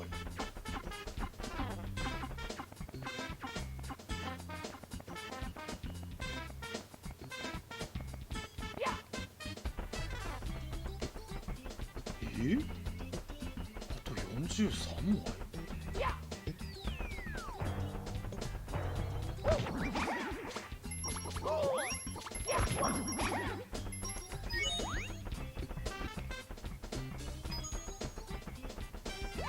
これあれなんか本当にこれ本当にあれなのかな、ぴったり100枚ぐらいしかないのかな、もしかしたら。ぴったり本当に100枚ぐらいしか。あ、そっか、赤コインが5枚分か。赤コインは5枚分、5枚分。だから赤コマイを5枚手入れれば、あ、そっか。あ、そういうことか。赤コマイが5枚分だから、なんだっけ。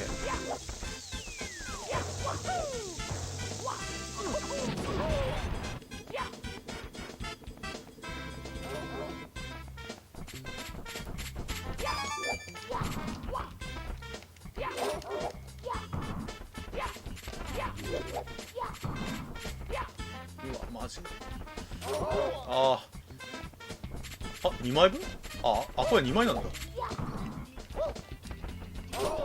画面が見えない。やっぱ死んじゃう。画面が見えないな。これきついな。この画面が見えないってのはきついな。画面が見えないっていうのは。カメラ固定したいね。カメラを固定したい、本当に。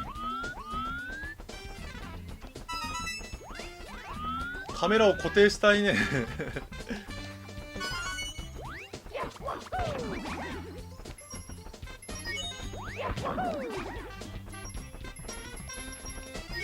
さっきのワンワンとこだね。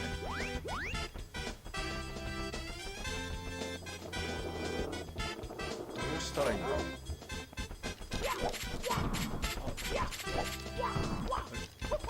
見えない。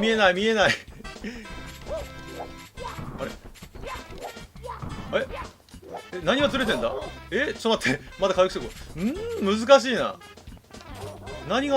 なんでずれてんだろうね。難しい。本当に難しいね。やべえ、これコントローラー探しないといけないかな。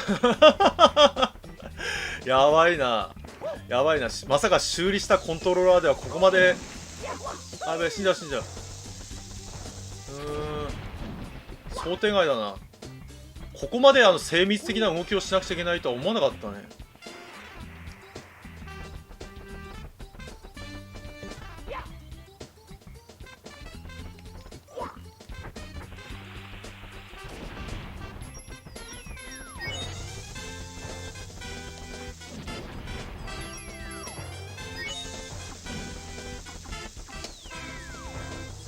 あとは山の中腹か。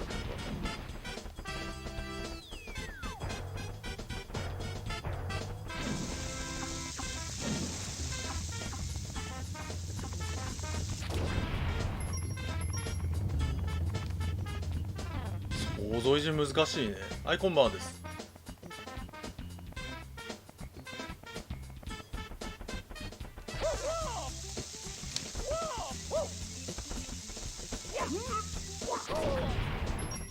マジか、今の食らっちまうのか。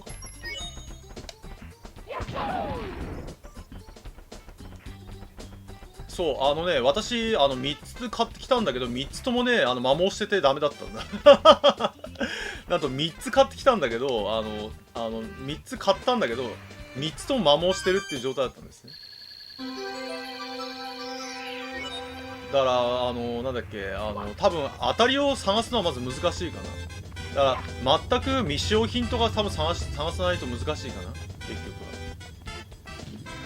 は。あと2あれ、ノコノコ1匹いるんだ。ノコノコどこだろうね。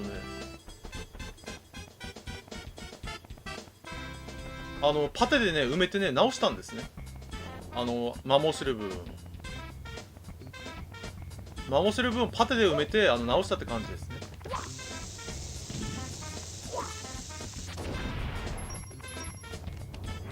マジか。マジか。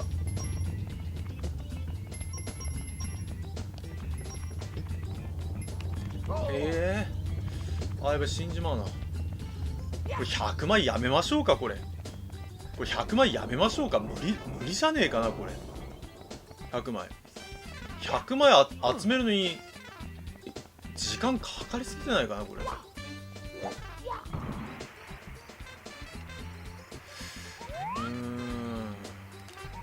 難しいな。100枚あれ、ノコノコってどこにいるんだろう。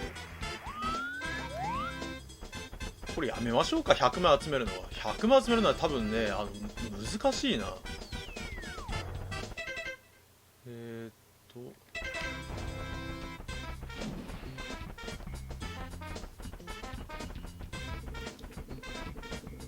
ってあと24でしょ。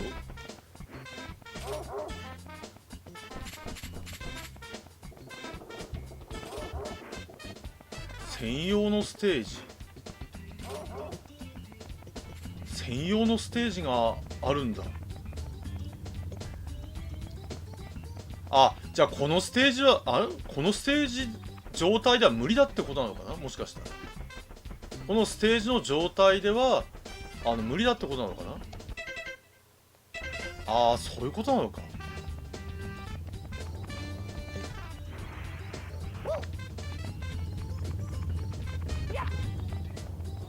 あと24枚ってちょっと無理だよね。あと24個もあんのかい、どっかに。空飛んでいって多分10枚ぐらいはあるかもしれないけど、あと24ってあれかね、何か多分そういう動画か何か見れば出てくんのかな。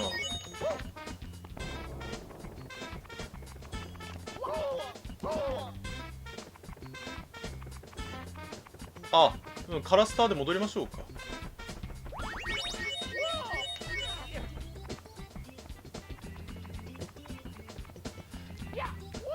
空にそんなにコインがあんのかな。うん、まあとりあえずここはもうこれで終わりにしましょう。じゃあなんだっけ、次に行きましょうか。難しいね。このゲームはコンプリートするっていうのは本当に大変かもしれないね。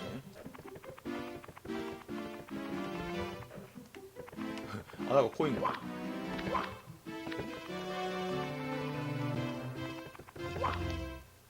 とりあえずなんだっけ、取れそうなやつから取っていきましょうか。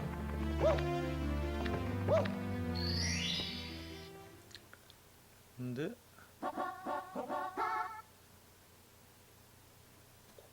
大砲でぶっ壊せ。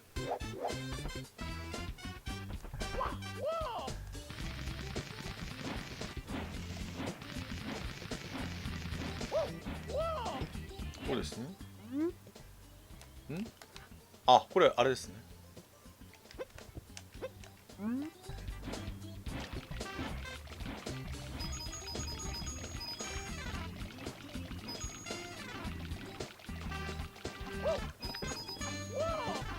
こうか。この大砲で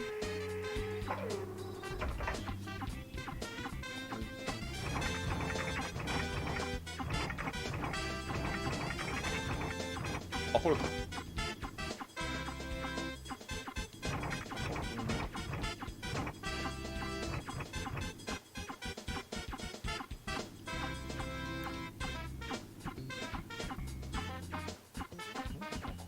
表情をする。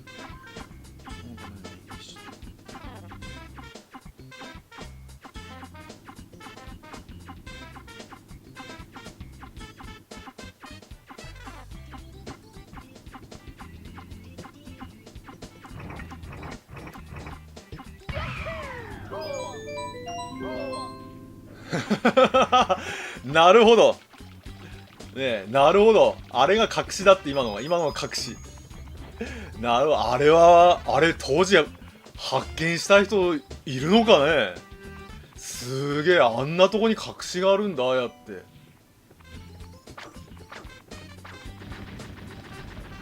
ほら、これ降りればいいのかな。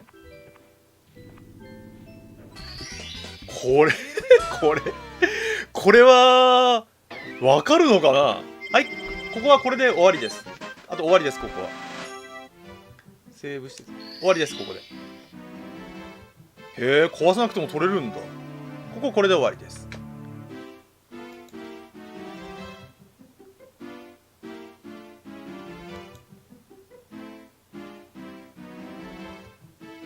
じゃあ次行きましょう。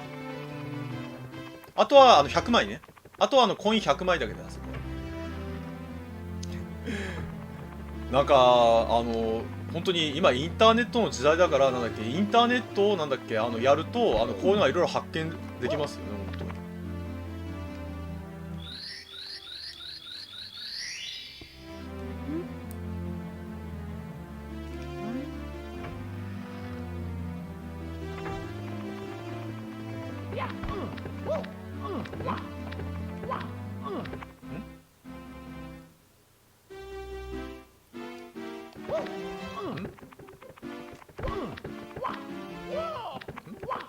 あ、入れた入れた。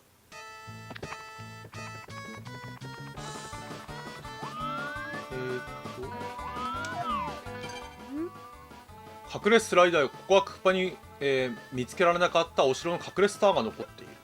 坂を滑り始めたらスティック前で加速、後ろで減速できる。早く滑るはスターが見つかるはずだ。早く忘れた。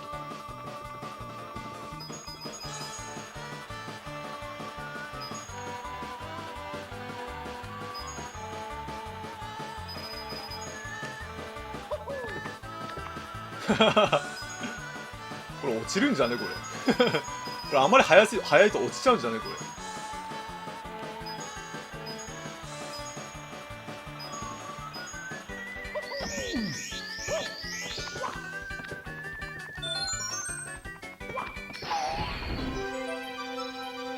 なるほど、これでスターゲットですね。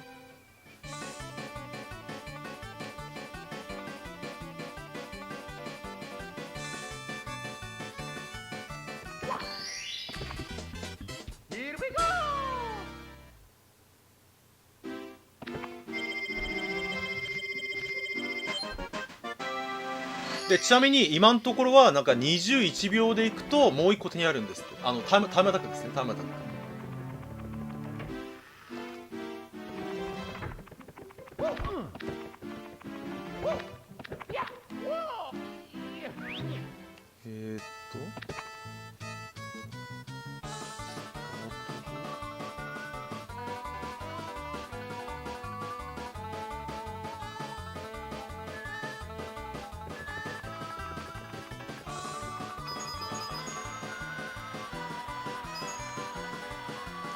左側にジャンプ。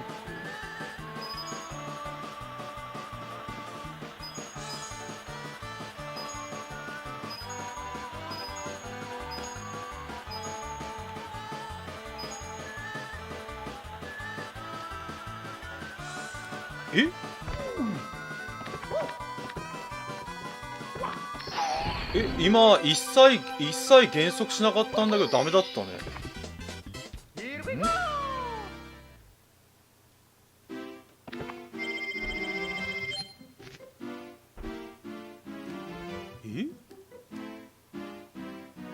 途中でショートカット。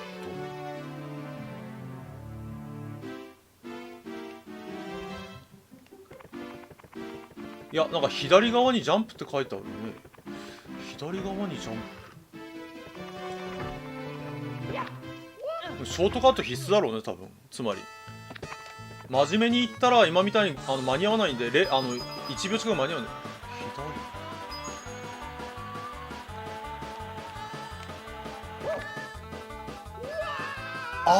今みたいなことか。こんな感じか。なるほど。やってほらジャンプしてなんだっけ要はショートカット。完全にショートカット。今みたいに多分ショートカットしないとダメだってことだね。マリオカートみたいなもんですよね。マリオカートとか。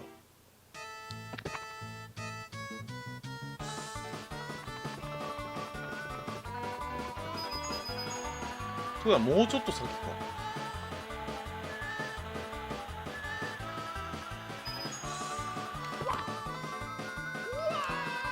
あれここじゃないのか。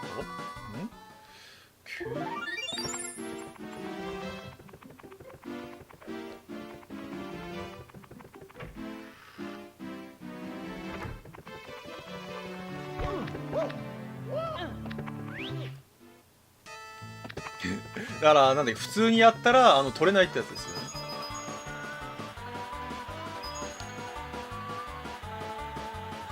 もうちょっと早く。あれ今のじゃ遅いのか。もしかして今のでは遅いのかな。もしかしたら今のではもうちょっと早くあれかな。ジャンプかな。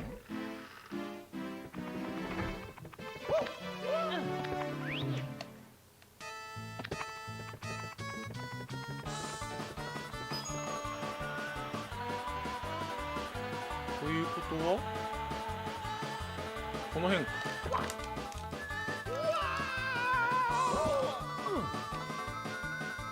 はい今いけましたね。なるほど。途中でZ ボタン。お疲れ様でした。途中で Z ボタンだった。Z ボタン。なるほどね。あんなの分かるかって話ですよね。ねえ、あんなの分かるかって話ですよね。これも当時見つけた人はすごいよね。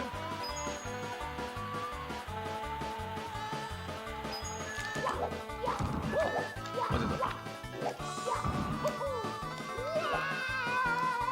なるほど。これも当時見つけた人はすごいな。すごいな。でも昔もね、なんかすごい人いっぱいいましたからね。なんだっけ、どうやってそんなもの発見したんですかって人いっぱいいますよね。ねえ。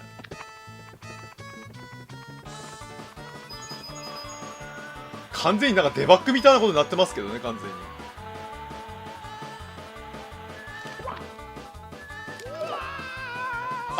ちょっとあれ早かったね。ちょっと早かったね。ねえ、こんなのさ、どうやって当時見つけたんですかって話だよね、本当に。いや、多分そうだと思いますよ。多分ね、私たちの多分世界とは違う方が見つけたんでしょうね、多分。完全に。私たちの多分、世界とは別な人間が多分見つけたんだと思うよ、多分。一般的な常識に当てはまらないような人が多分見つけたんだと思いますね。うまいんか。これじゃあ早すぎるんだね、今のところでは。今のところでは早すぎる。もうちょっと下ってからですね。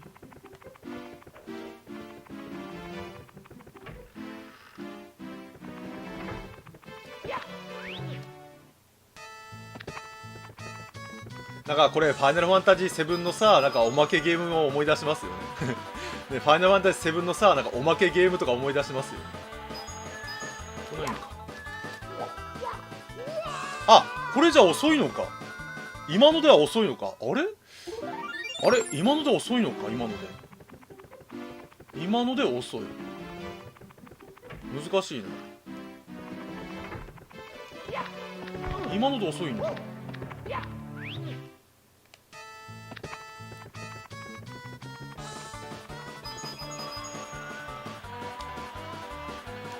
そう、ゴールドソースだね。結構あれ、ゴールドソースやり、この辺か。ええちょっと待って。あれ今のショートカットってできるのかい？あれ今落ちたよね、完全に。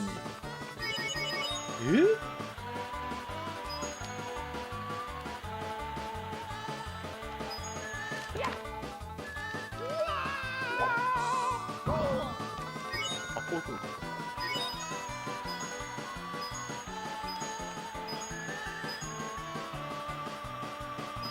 か。いけた。やりました。やりました。やりました。やったぜ。ね、いろんな意味で難しかったね。あれどこだ、いろんな意味で難しかったね。やりました。やったぜ。これで、ここ OK です。OK です。これで。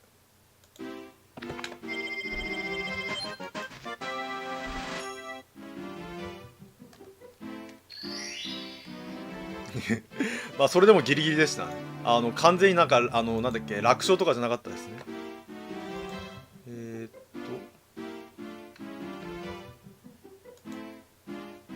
じゃあ次行きましょうか。じゃあ一旦休憩取りますか。休憩。次はここかな。はい、お疲れ様でした。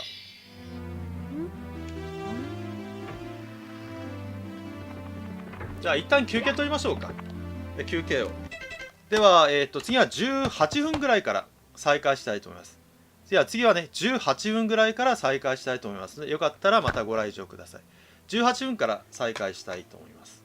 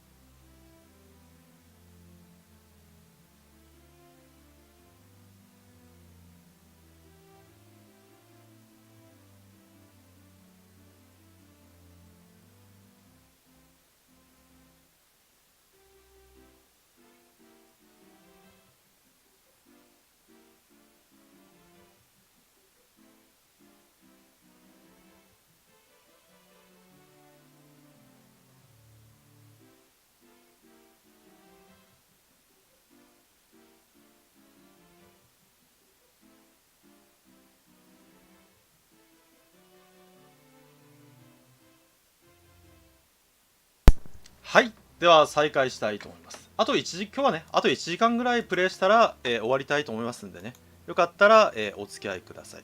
では再開していきたいと思います。あと1時間ぐらいね、プレイしていきます。70個ぐらいだっけ、クリアが。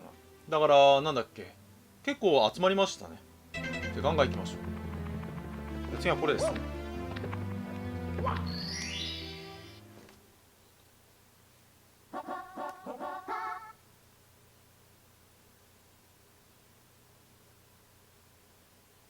沈没船のお宝ですね。あ、海賊の入り？あ、いいのか。ヘゴ。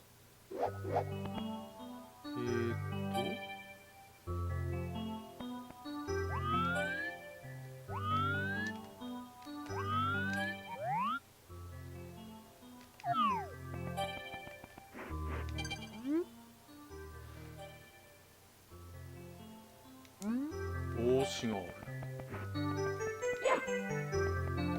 いい曲ですね、本当に。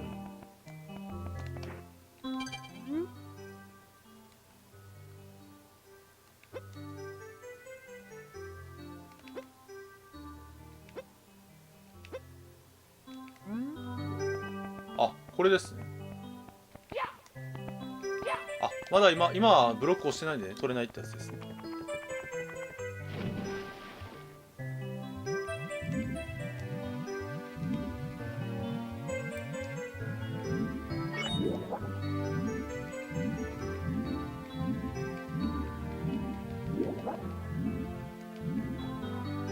これは海の中を進んでいくってこ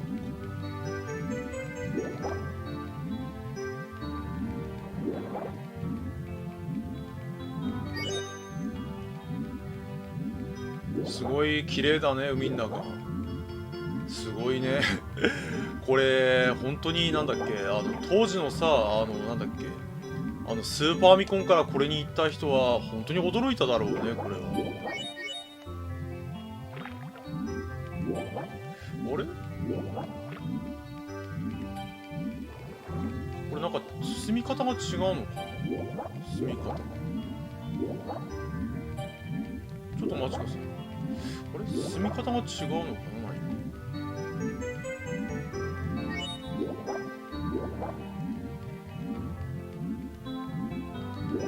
あー、なるほど。そういう技があるんだね。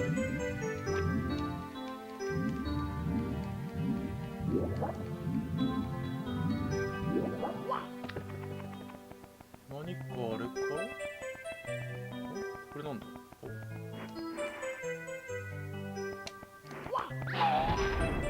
こういうのか。どういうことだ。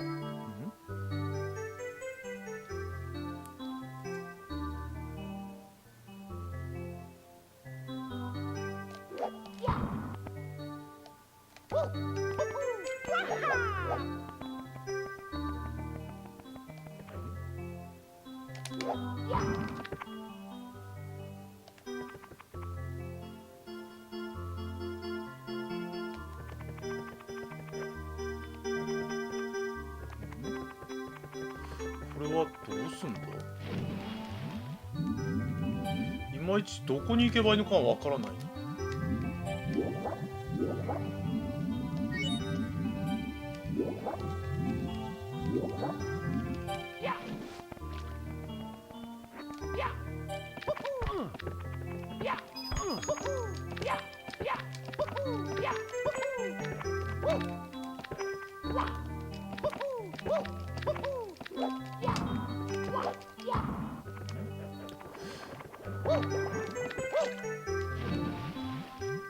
進める場所を探すってことか。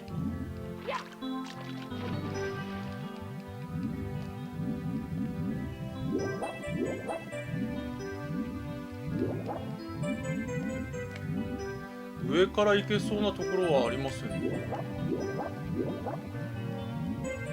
あった。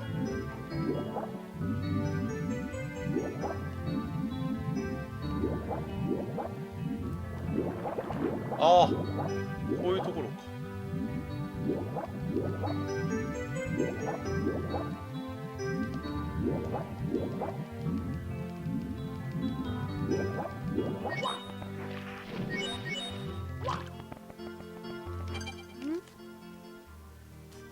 災いが発生するってことですね。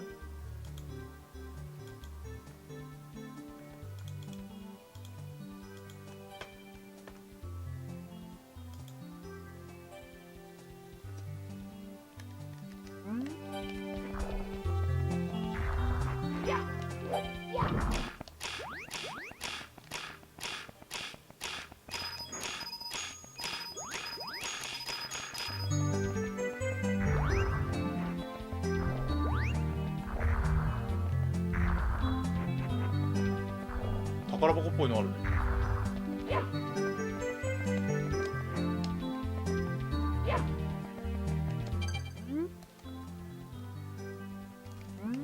正しい順番で開く？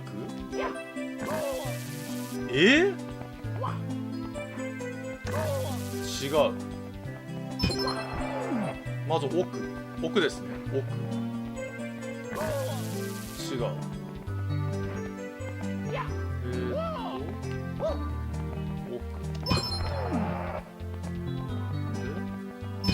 2番目、あ、こっちね。そうするとこっちかな。ビンゴで最後こっちですね。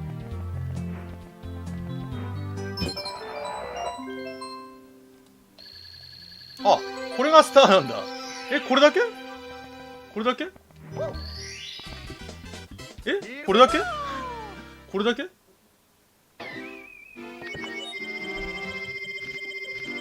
あ、そうか、買い手のお宝キャッチだからか。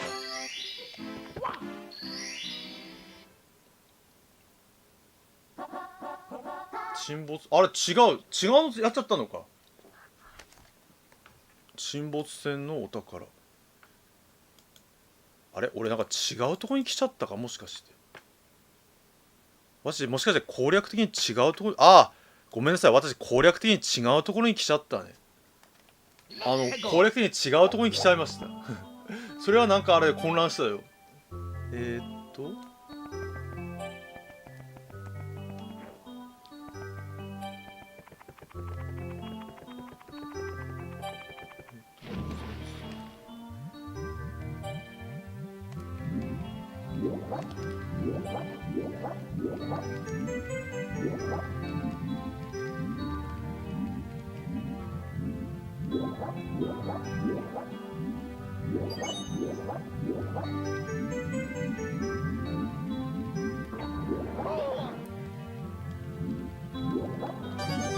あ、これが赤コインだ。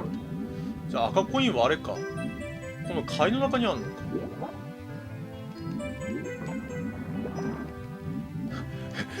この泳ぐの結構難しいな。間に合わないか。取れた。あれ今のでいいの？体当たりでいいのかい？体当たりで取れましたよ。体当たりで。あれ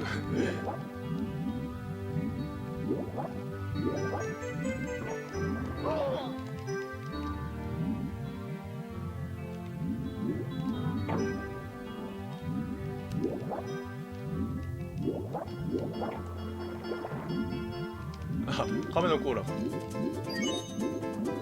ビート版ですね。ビート版、ね、なぜか甲羅を持つと泳ぐのが速くなるっていう。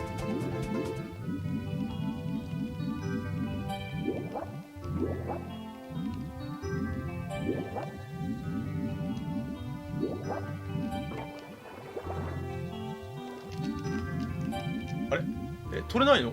マジかい。マジかい。もう一回開いて。よし。はは、ウツボが。ちょっと待ってくださいね。今ウツボがいましたね。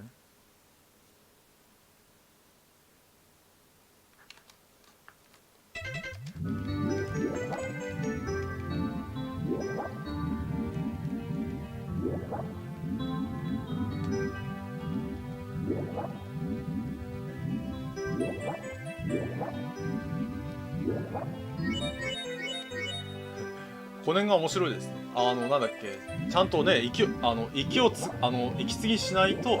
ウツボだ。でかいな、ウツボ。ウツボでかいな。これですね、ここ。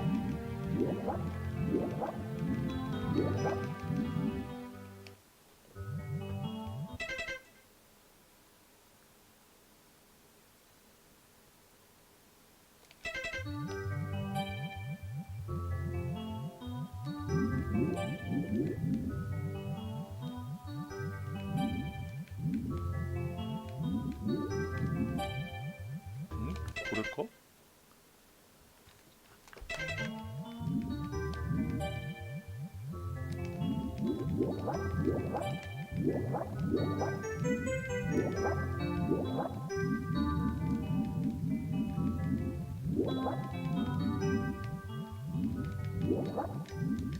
あー、叩けない。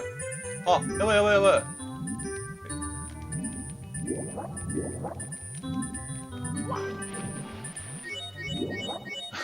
ちゃんとあるんですね、こう息を継ぐ場所が。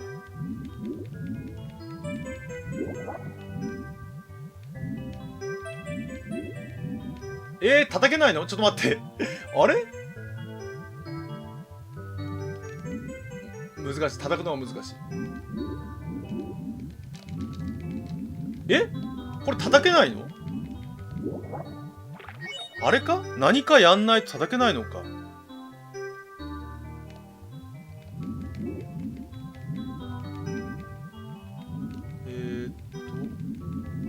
これか。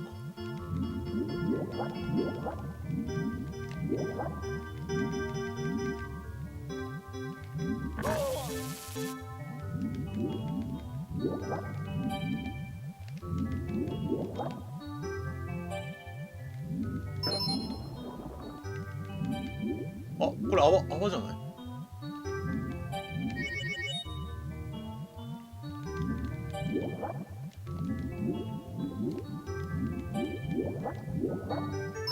その泡は酸素なのかね空気か。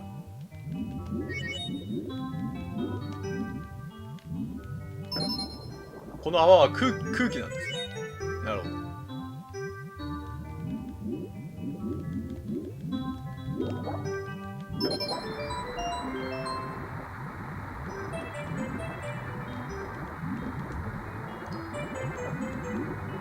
あー、なるほど、水が抜けるのね。水がほら抜けました、水が。あ、でこれで叩けるんだね。滑るあれ、あー、滑るのか。なるほど、滑るからあれか、こうやってジャンプしていけってことねちょっと待って、滑っちゃう。カメラアングル。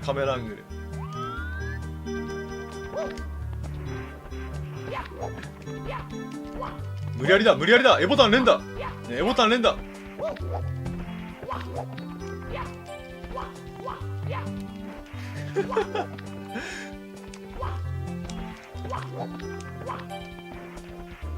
ちょっと難しいぞ。あ、そっか。わかった。あれか、Z か。これか。これだね。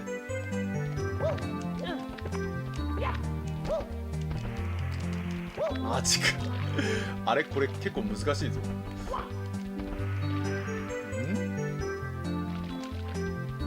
一回滑っちゃうとダメなんだね。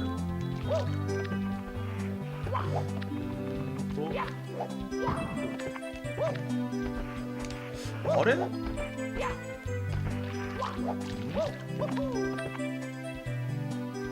あ、はいか。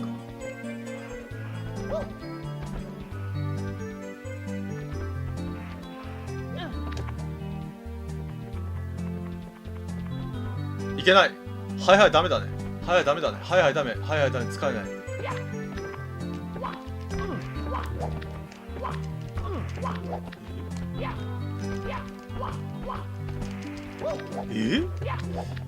どうすんだこれ。これマジでどうすりゃいいんだこれ。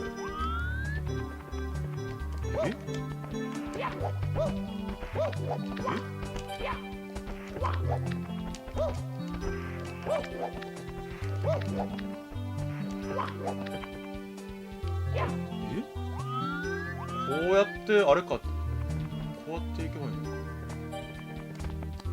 か。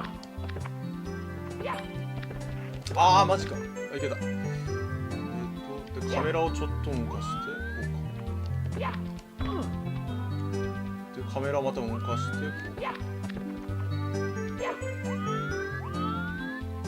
う。これはそっち行っちゃダメだよね。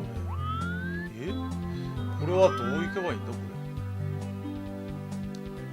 れ。これはどうすりゃいいんだこ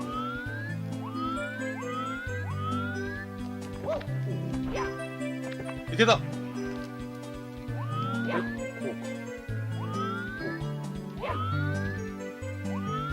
か。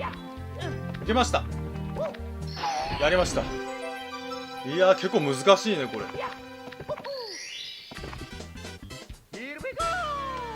カメラの操作がちょっと難しいですね。よし。あ、ちょっと戻りましょう。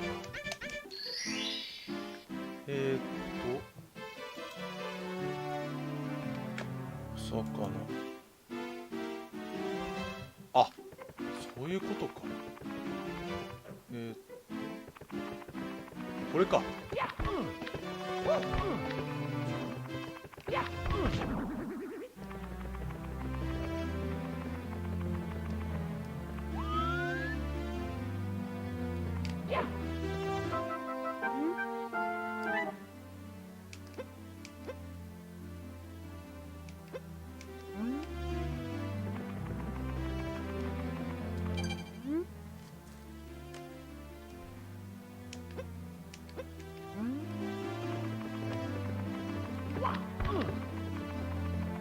あれ？はい、おやすみ。はい、お疲れ様でした。ここにお魚と一緒っていうのがあるんだけど、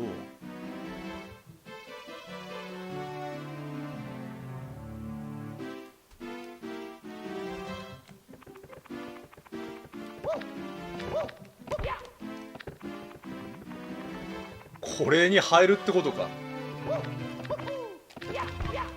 え？ちょっとお待ちくださいね。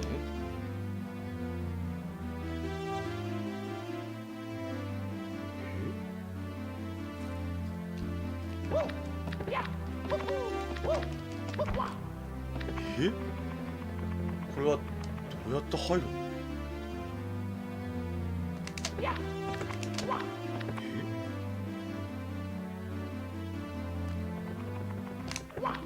あ、これか。これか。今のか。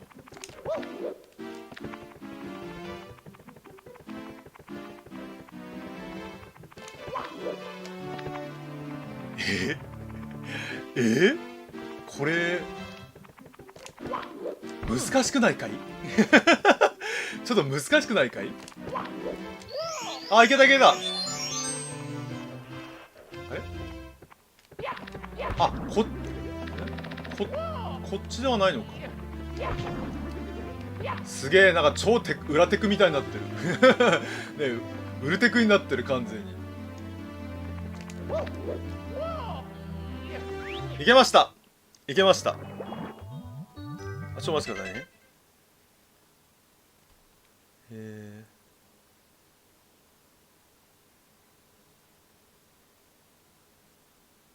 赤コインを集めるところですね。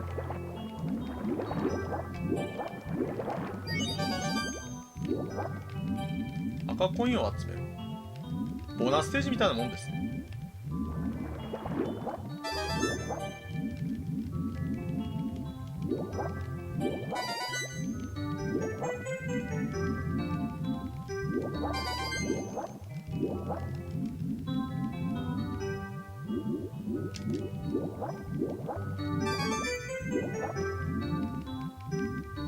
音楽は本当に素晴らしいですね。音楽が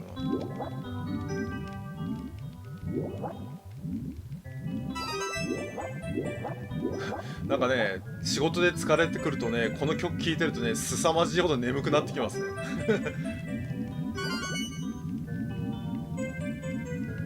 あと1個ですね。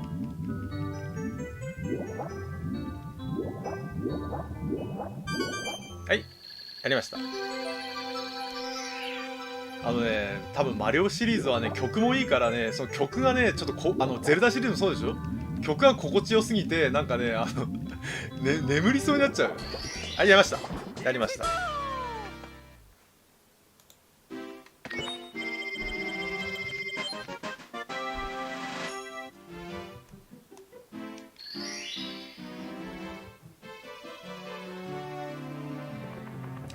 じゃあクッパ戦行ってきましょうか。さっきクッパ戦って言ってましたよね。じゃあクッパ戦、クッパ戦、あ、これですね。これ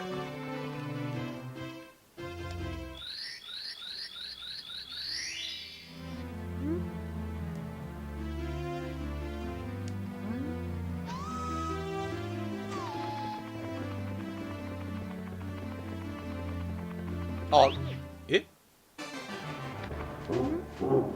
お前たまには邪魔しに来たが、友達からの忠告か。足元に気をつけろか。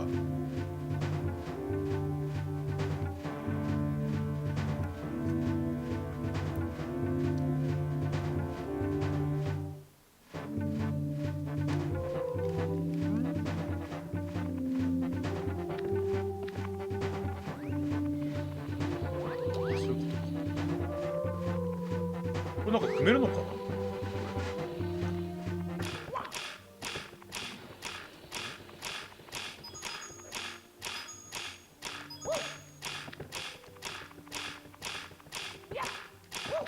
これは乗れないね、こっちから。あれかな、今のは一定時間炎が鳴り止むとかなのか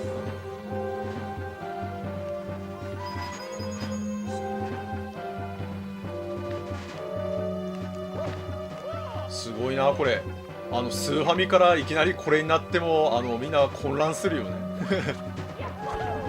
え、当時の子供たちはすごい混乱しちゃったんじゃないの。ねえ、スーパーミコンからいきなりこれになったらさ、なんだっけ、当時の子供たちはついてこれたのかね。ねえ、スーファミからいきなりこれはね、ちょっとってなるよね、絶対に。あ、マジか。これ待って、あ、カメラアングルいじれるのかな。カメラアングルいじれるのかな。ちょっと今のは難しいな。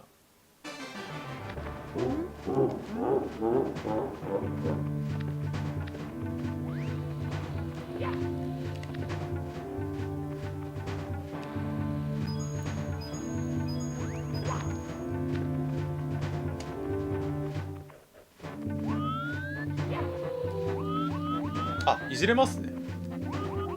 よかったよかった。カメラアングルいじれますね。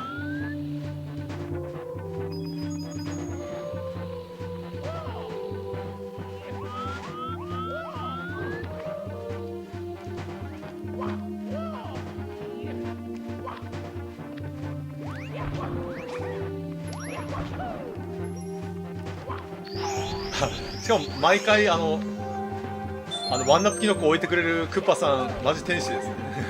で毎回ワンナップキノコ置いてくれるクッパさんマジ天使ですね。ねえ、あ、これなら大丈夫ですよ。ちょっと微妙に斜めってんだね。ちょっと微妙に斜めってんだ。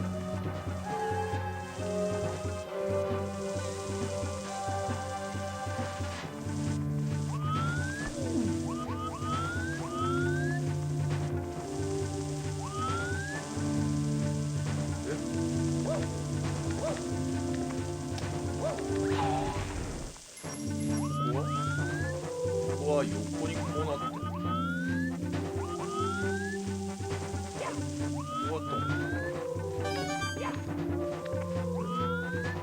うわー、ここまたすごい立体的だね。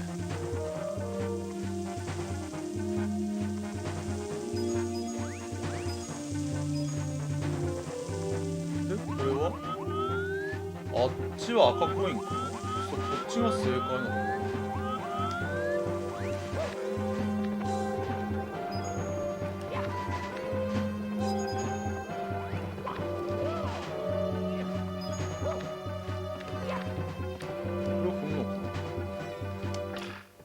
ああ、なるほど。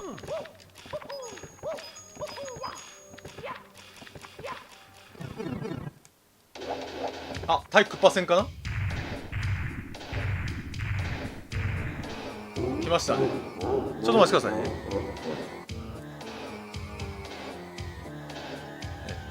残念だったなマリオ、ここはピーチちゃん、ピーチちゃんなんだ。ピーチちゃんはいませんでした。ガッハハ。我が輩の後ろに回り込んで尻尾をつかめるやつ。はい、答えですね。どうやって、クッパを倒すのかっていうヒントですね。ね、わしの尻尾をつかめるものは掴んでみやがれってことですね。スティックグリグリ回して投げるなどできる。任天堂さん優しいね。優しすぎますね。倒し方を。はい、ありがとうございます、クッパさん。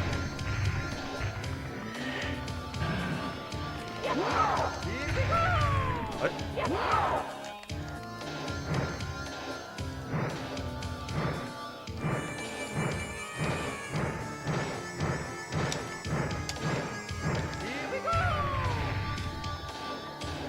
これであれかな、障害物当てるのかな、障害物。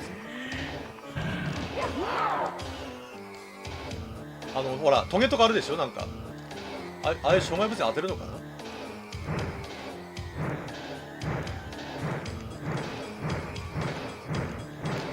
バイバえ、落とすのはダメなのかな、落とすの。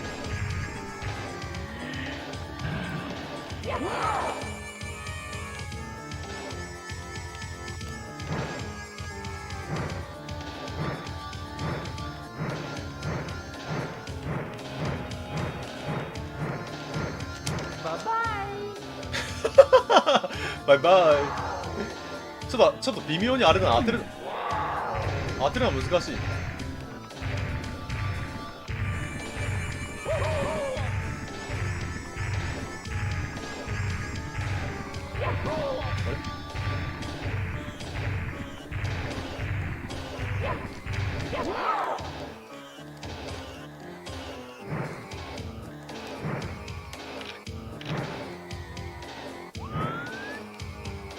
あれこれ結構難しいね。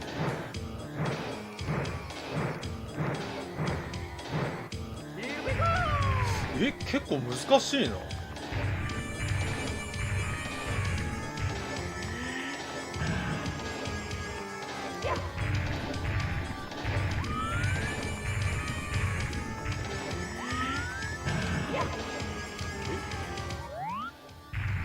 あれ結構難しいな。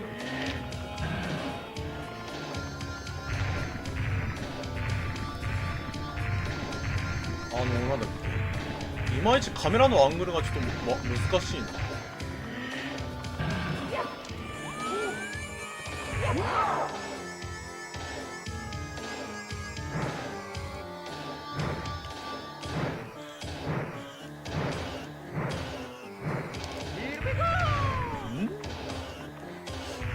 ちょっとわからないな。なんだっけ、いろいろ回し方は分かってたんだけど、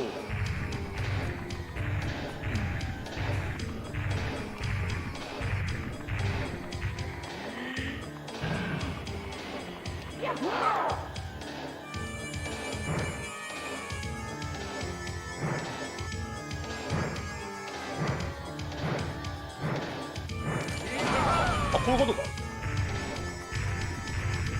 今ので OK なんですね。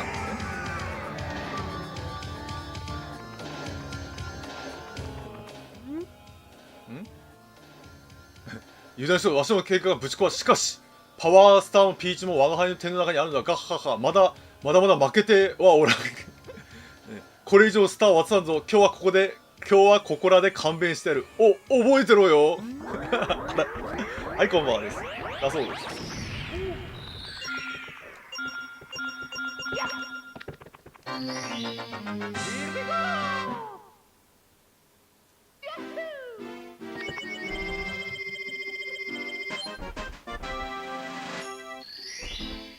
で次は赤コインですね。赤コイン、赤コイン集めですね。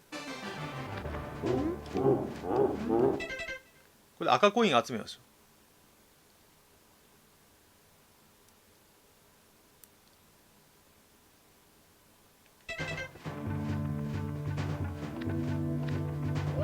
危ない危ない。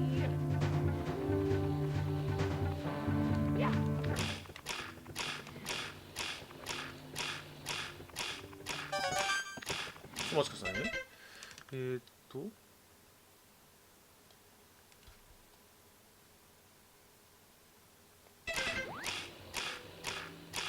ああ、そういうことか。ああ、なるほどね。このほら茶色いやつがなるのね。なるほどなるほど。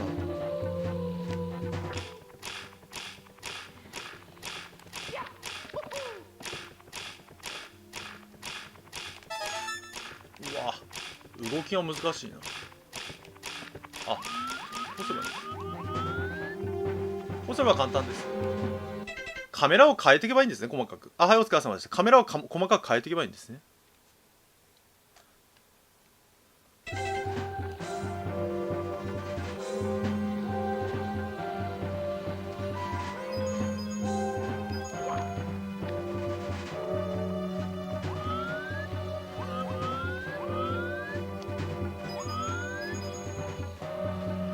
滑っちゃった。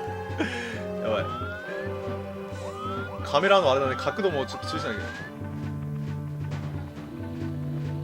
だから細かく視点を変えて、いろいろ見ながらやっていくって形ですね。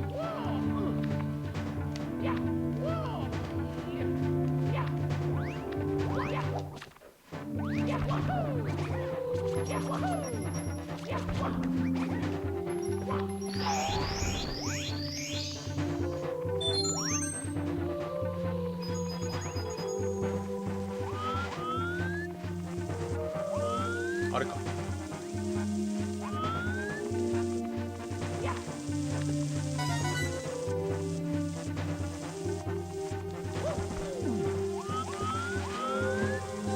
ちなみにカメラは逆向きですね。カメラは逆向き。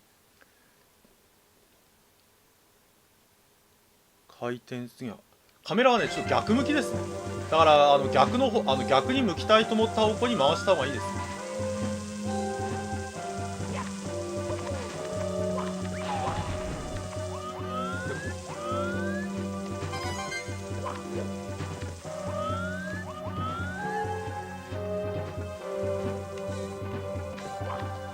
あとあれです。これは逆に一回乗ってぐるっと回れば安全か。ぐっとぐるっと。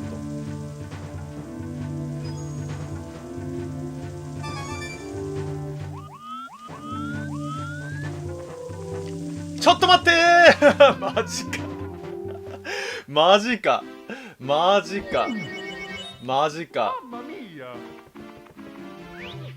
今ね、ダッシュしたのがね遅かった。ダッシュしたのがなんかスピードがね遅くなっちゃった。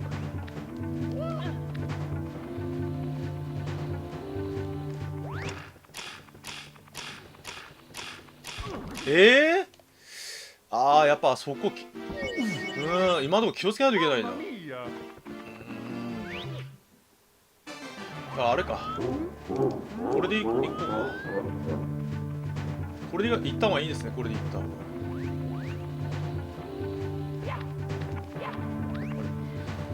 まあ、ナチュラルに落ちちゃうんだよ。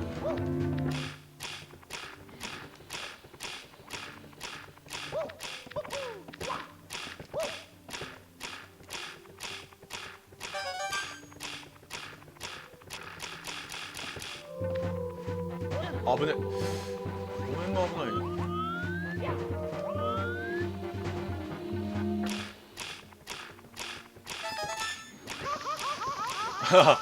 え、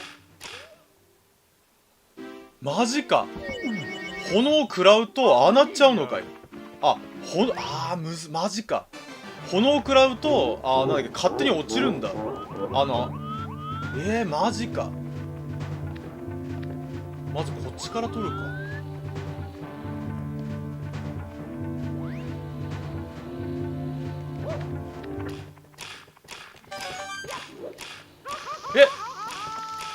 ちょっと待って、マリオ。消えた、よかったよかった。そう、勝手に走っちゃうんだな、熱くて。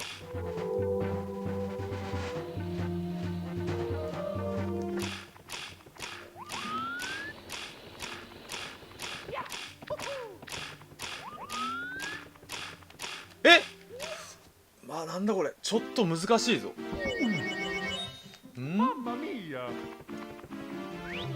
本当にあれだな、新品のアナログスティックを買いに行った方がいいかもしれないなまっすぐ走ってくれないやべえな、ダメか。やっぱ修理したやつではダメか。次回やるときはなんだっけなんだっけもう2個の方やってみるわ。今使ってるやつはダメですね。微細な調整ができないですね。だから別なやつを後でやってみます。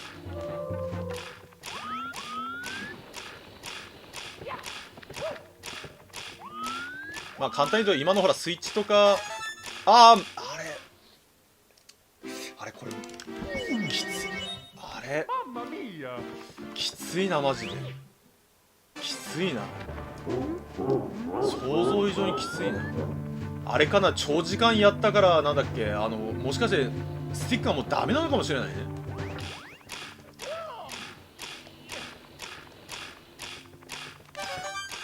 長時間プレイした結果ちょっとスティックがダメになってるかもしれないね。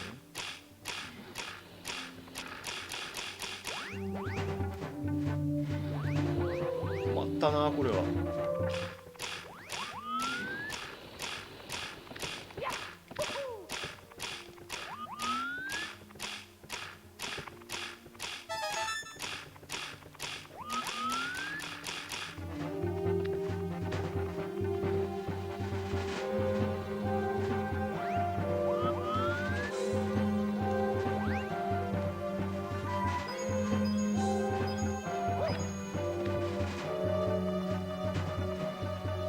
あれなんですよね、そのなんだっけいい状態のコントローラーがなかなか売ってないんですよね。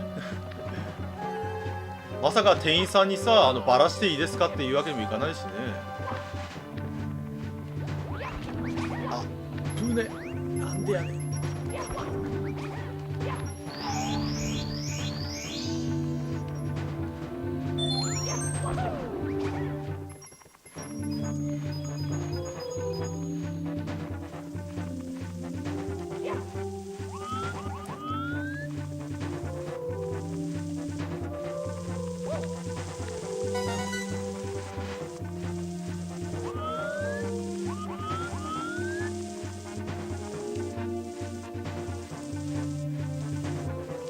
危ね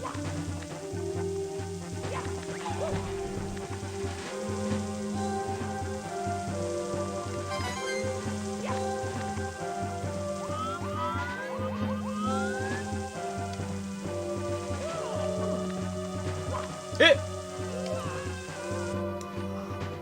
ちょっと待って。コントローラーがそうそう言うこと聞かなくなってきてるね。参ったな。参ったな、本当に参ったな、これ。想定外でしたね。64の想定外だね。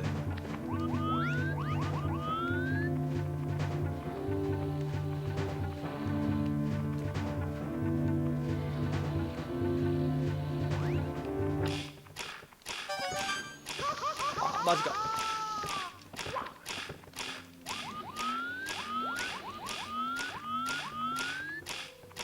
普通に十字キーでやりたい。普通にもう十字キーでやりたいね。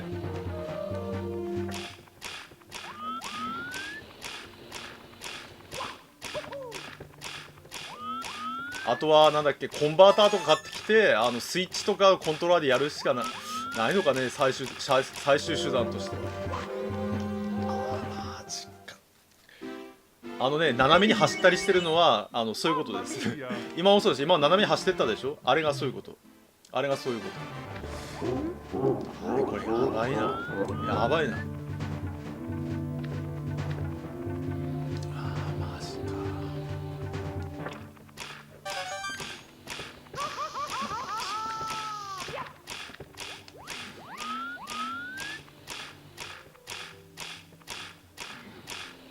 微調整ができないんですね。微調整が。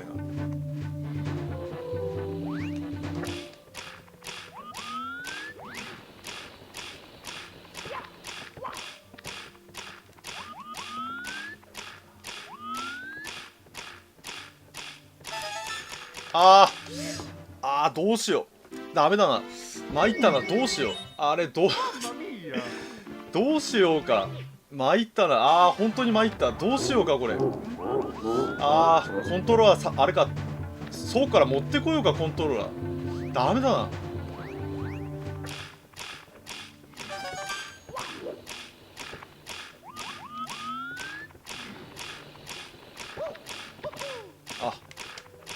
ー参ったなマジで。あちょっとあれだな、次死んだらコントローラーちょっと持ってきます。あれですか、コントローラーちょっと持ってきます。なんだっけ、隣に1本ぐらいあったはずなんで、ちょっとそれに変えてみます。参ったな本当に。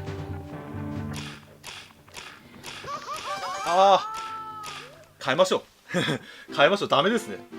ちょっと待ってください。ちょっとコントローラー持ってきますんで、ちょっとお待ちくださいね。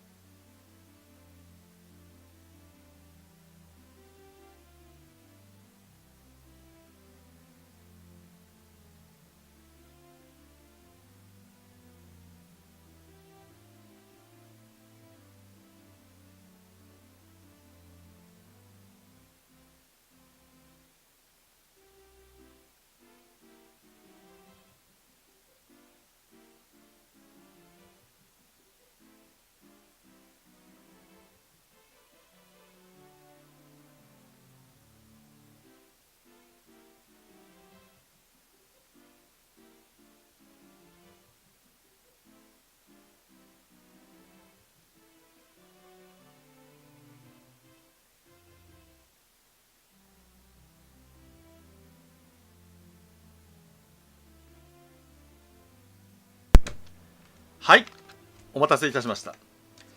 じゃあ違うコントローラー持ってきましたんで、これでどうかな。あれ大丈夫かな、こっちもなんかやばいぞ。大丈夫かな。ダメっぽい。これ皆さん分かります？これダメだなこれ。皆さん見て分かります？これ勝手に進んでるあれこれ勝手に進んでる。ほらこれドリフトですね。ダメだわマジか。これもう修理したやつですね。マジか。いけるか。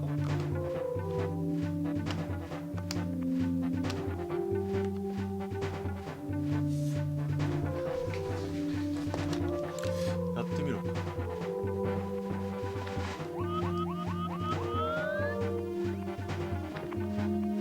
あれマリオがダッシュしない皆さんマリオがダメだわ。これダメだ。これダメだわ。マリオがダッシュしない。あれどうしよう。あれやばいなやばいな。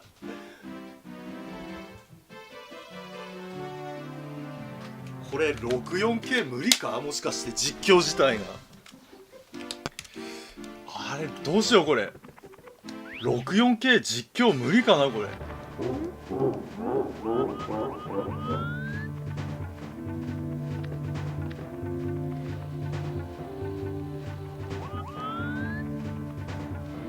やばいな。64K はちょっと実況が物理的に無理なのかこれ。どうします？ 64 は無理かこれ。うわーマジか。ちょっと一回リセットしますか。あれこれどうしよう。 It's me, Mario. Hello. LR ボタンを押しながらスタートボタンを押してください。それはあれかな。 Okie dokie. どこで押せばいいのかな。それはそれはどこで押せばいいのかな。どこで押せばいいのかな。ここで押せ、今押しましたね。いやー参ったな。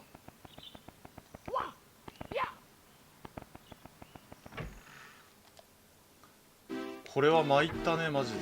想定外だな。アナログスティックがダメだってのはちょっと想定外だな。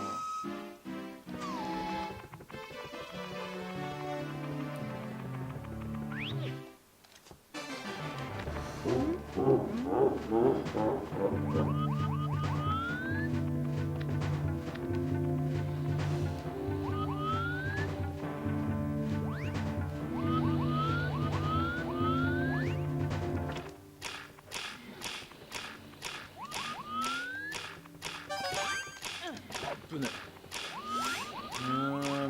難しいな。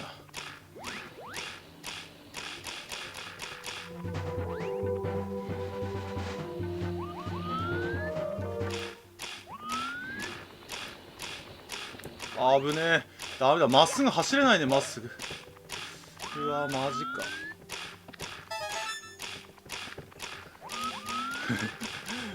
まさかこんなことで苦労するとは。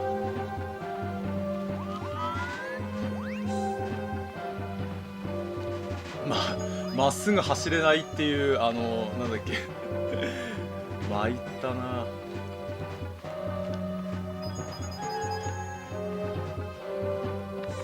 あーダメか。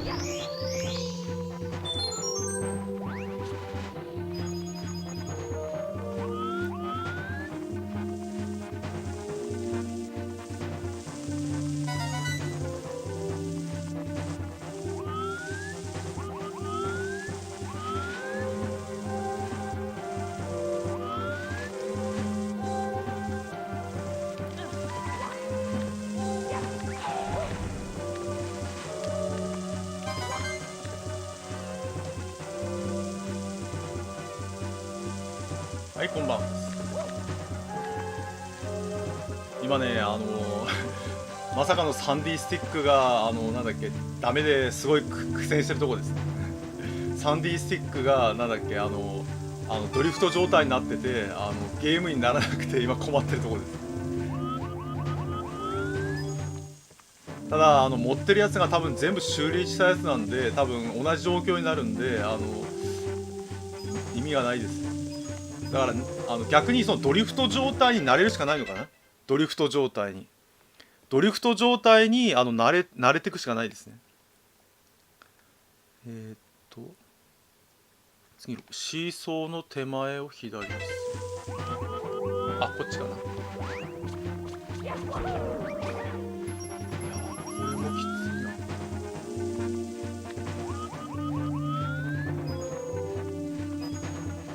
あぶね。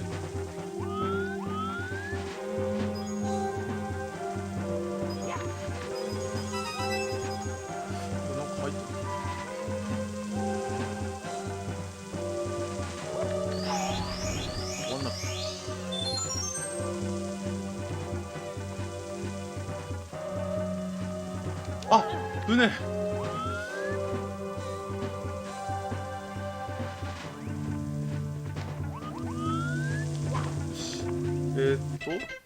あと2つですね。2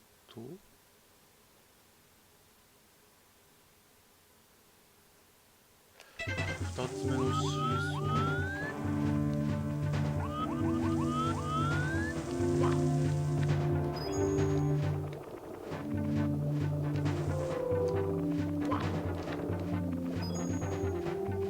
あ、あれか。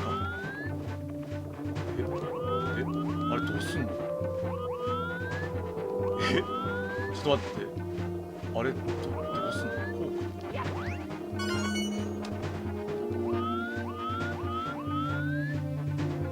あ、でこれ斜めか。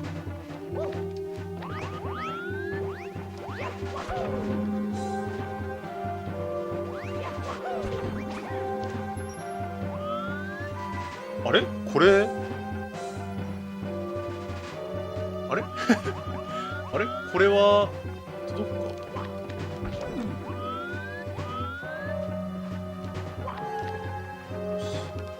で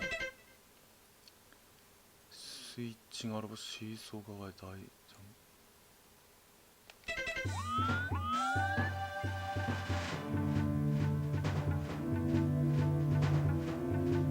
ああそういうことかこれ。あーあった。あれか。なるほど。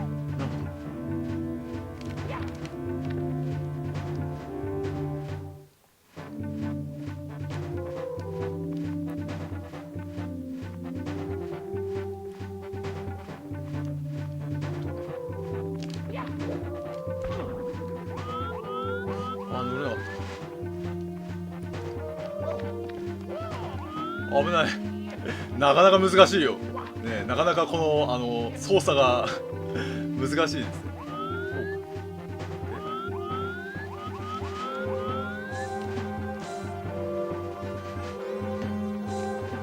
あれ？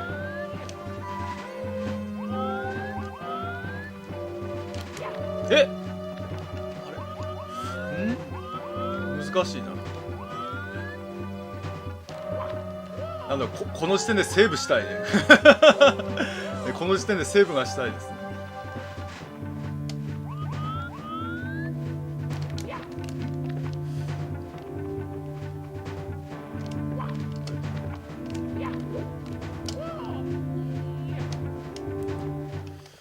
普通にあれじゃねえ。このジャンプで届くないよ。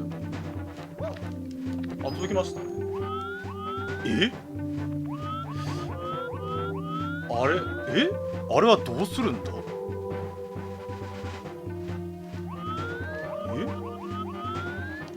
シーソーで行けってことかな。シーソーでこれで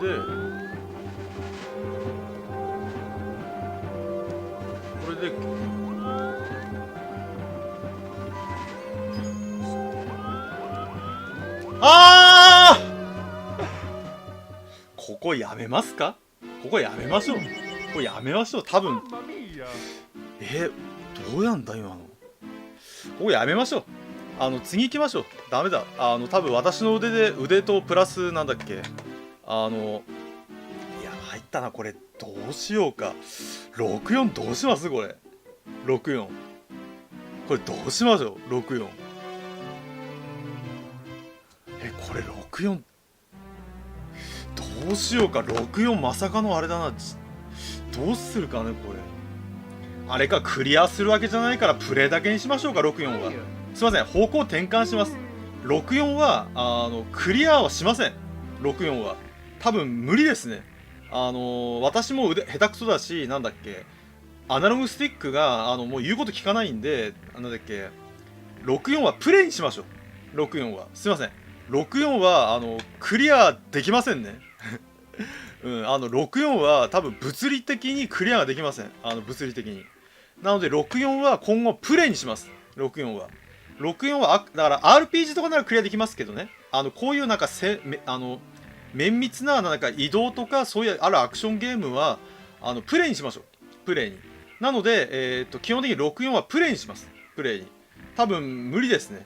なんだっけ多分新品のコントローラー探してこないと多分難しいので、新品のコントローラーっていうのは多分なかなかもう手に入らないと思いますので、申し訳ございません。あとは本当にコンバーターとか買ってくるんですけど、なんだっけ多分それでは無理ですね。多分コンバーターはなるべくやりたくないので、64はプレイにしたいと思います。